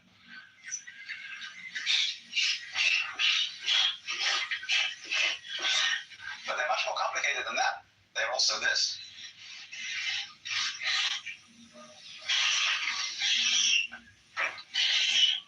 Now you see what's going on. Let's go this one around. Who isn't he talking to yet? He isn't talking to that one. He isn't talking to this one. He isn't talking to this one. You see how I'm not going to draw this, it'll take forever. But the thing is that this sort of pattern is group communication. This sort of pattern is crowd communication. So a group, an effective group, a true group of human beings is one in which there are enough people or not too many people so that they can all know each other and are in communication with each other. Now then you say, how do you relate that sort of a cell to the larger human group? Why, very simply. Every group appoints one cell to represent it. And that cell goes and joins a group of representative cells. And they have to be of adequate size for them all to be in touch with each other. And if it's necessary to go higher than that and include a greater number of collectivity of small cells, the representative group, representative sub 1, will elect representative sub 2 to go to a representative group of sub 2s. And in this method, which is the actual original design of the Republic of the United States, which of course has been completely overlooked, you get a hierarchy of cell structures where, because I am in communication with you here and I'm fully occupied in this system of communication, the chances are that I don't know a great deal about what other cell groups are doing because it's too complicated for me to scan. But therefore, we will delegate one particular individual and say, you make a specialty of scanning these other groups around here so that you have a wider knowledge. And so it goes, so that you have a hierarchical system of communication.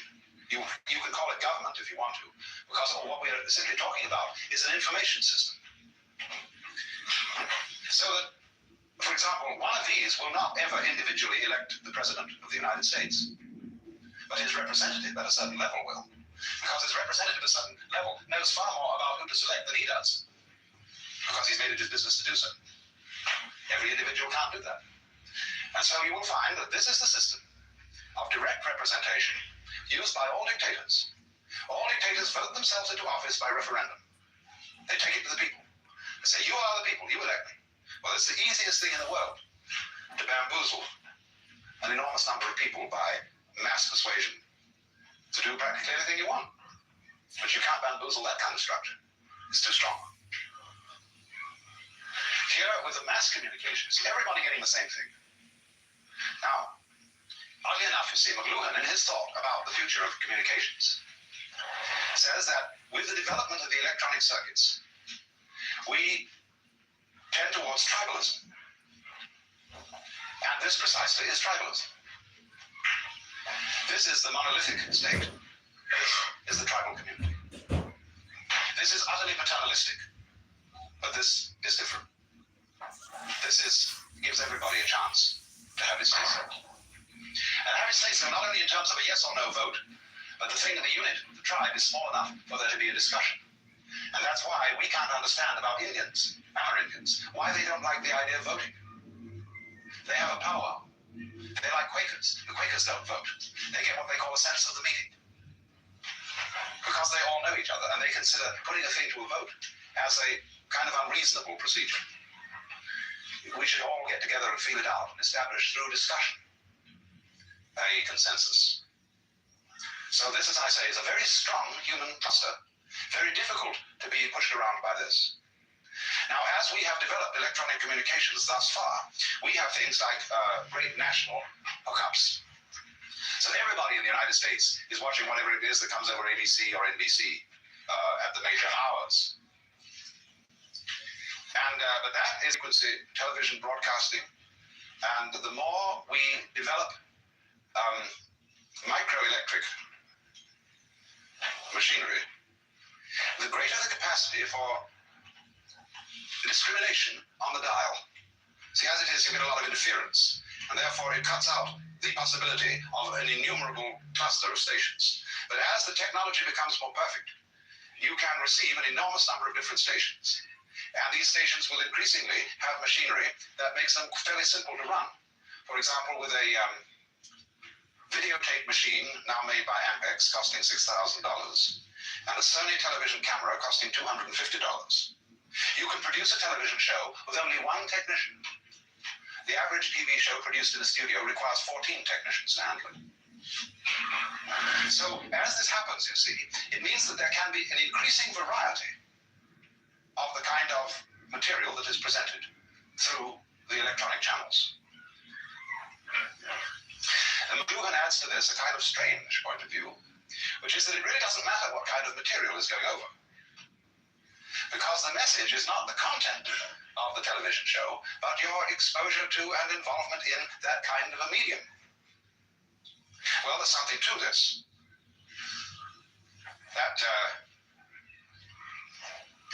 when you touch a person physically, which is a sort of a direct communication, you don't necessarily say anything. It is just the act of touching that may give the message or the massage of affection or love. And so people love to wander into the streets and mingle with a crowd of shoppers, especially a colorful crowd going back and forth, and the feeling of all the interesting people around, everything, not saying anything to each other in words, but this exciting feeling of being involved in this colorful goings-on. And so in the same way, when we are plugged in, if not turned on, to a huge in and outing of human communication, we feel very like an old Italian peasant lady leaning on the windowsill and gazing at the busy street, watching life flow by. And in a way, you see, there's something, when you see it in terms of the old Italian mama, watching the world go by, there's something very fundamentally good about that. Something we associate with colorful villages, exciting streets, and the romance of an archaic peasant-type person. But you see that sort of thing, of watching an ever-varying panorama of life, is not completely excluded by electronic technology, especially if people in their net structure are organized here as true nets. This is not a true net. This is just a trap.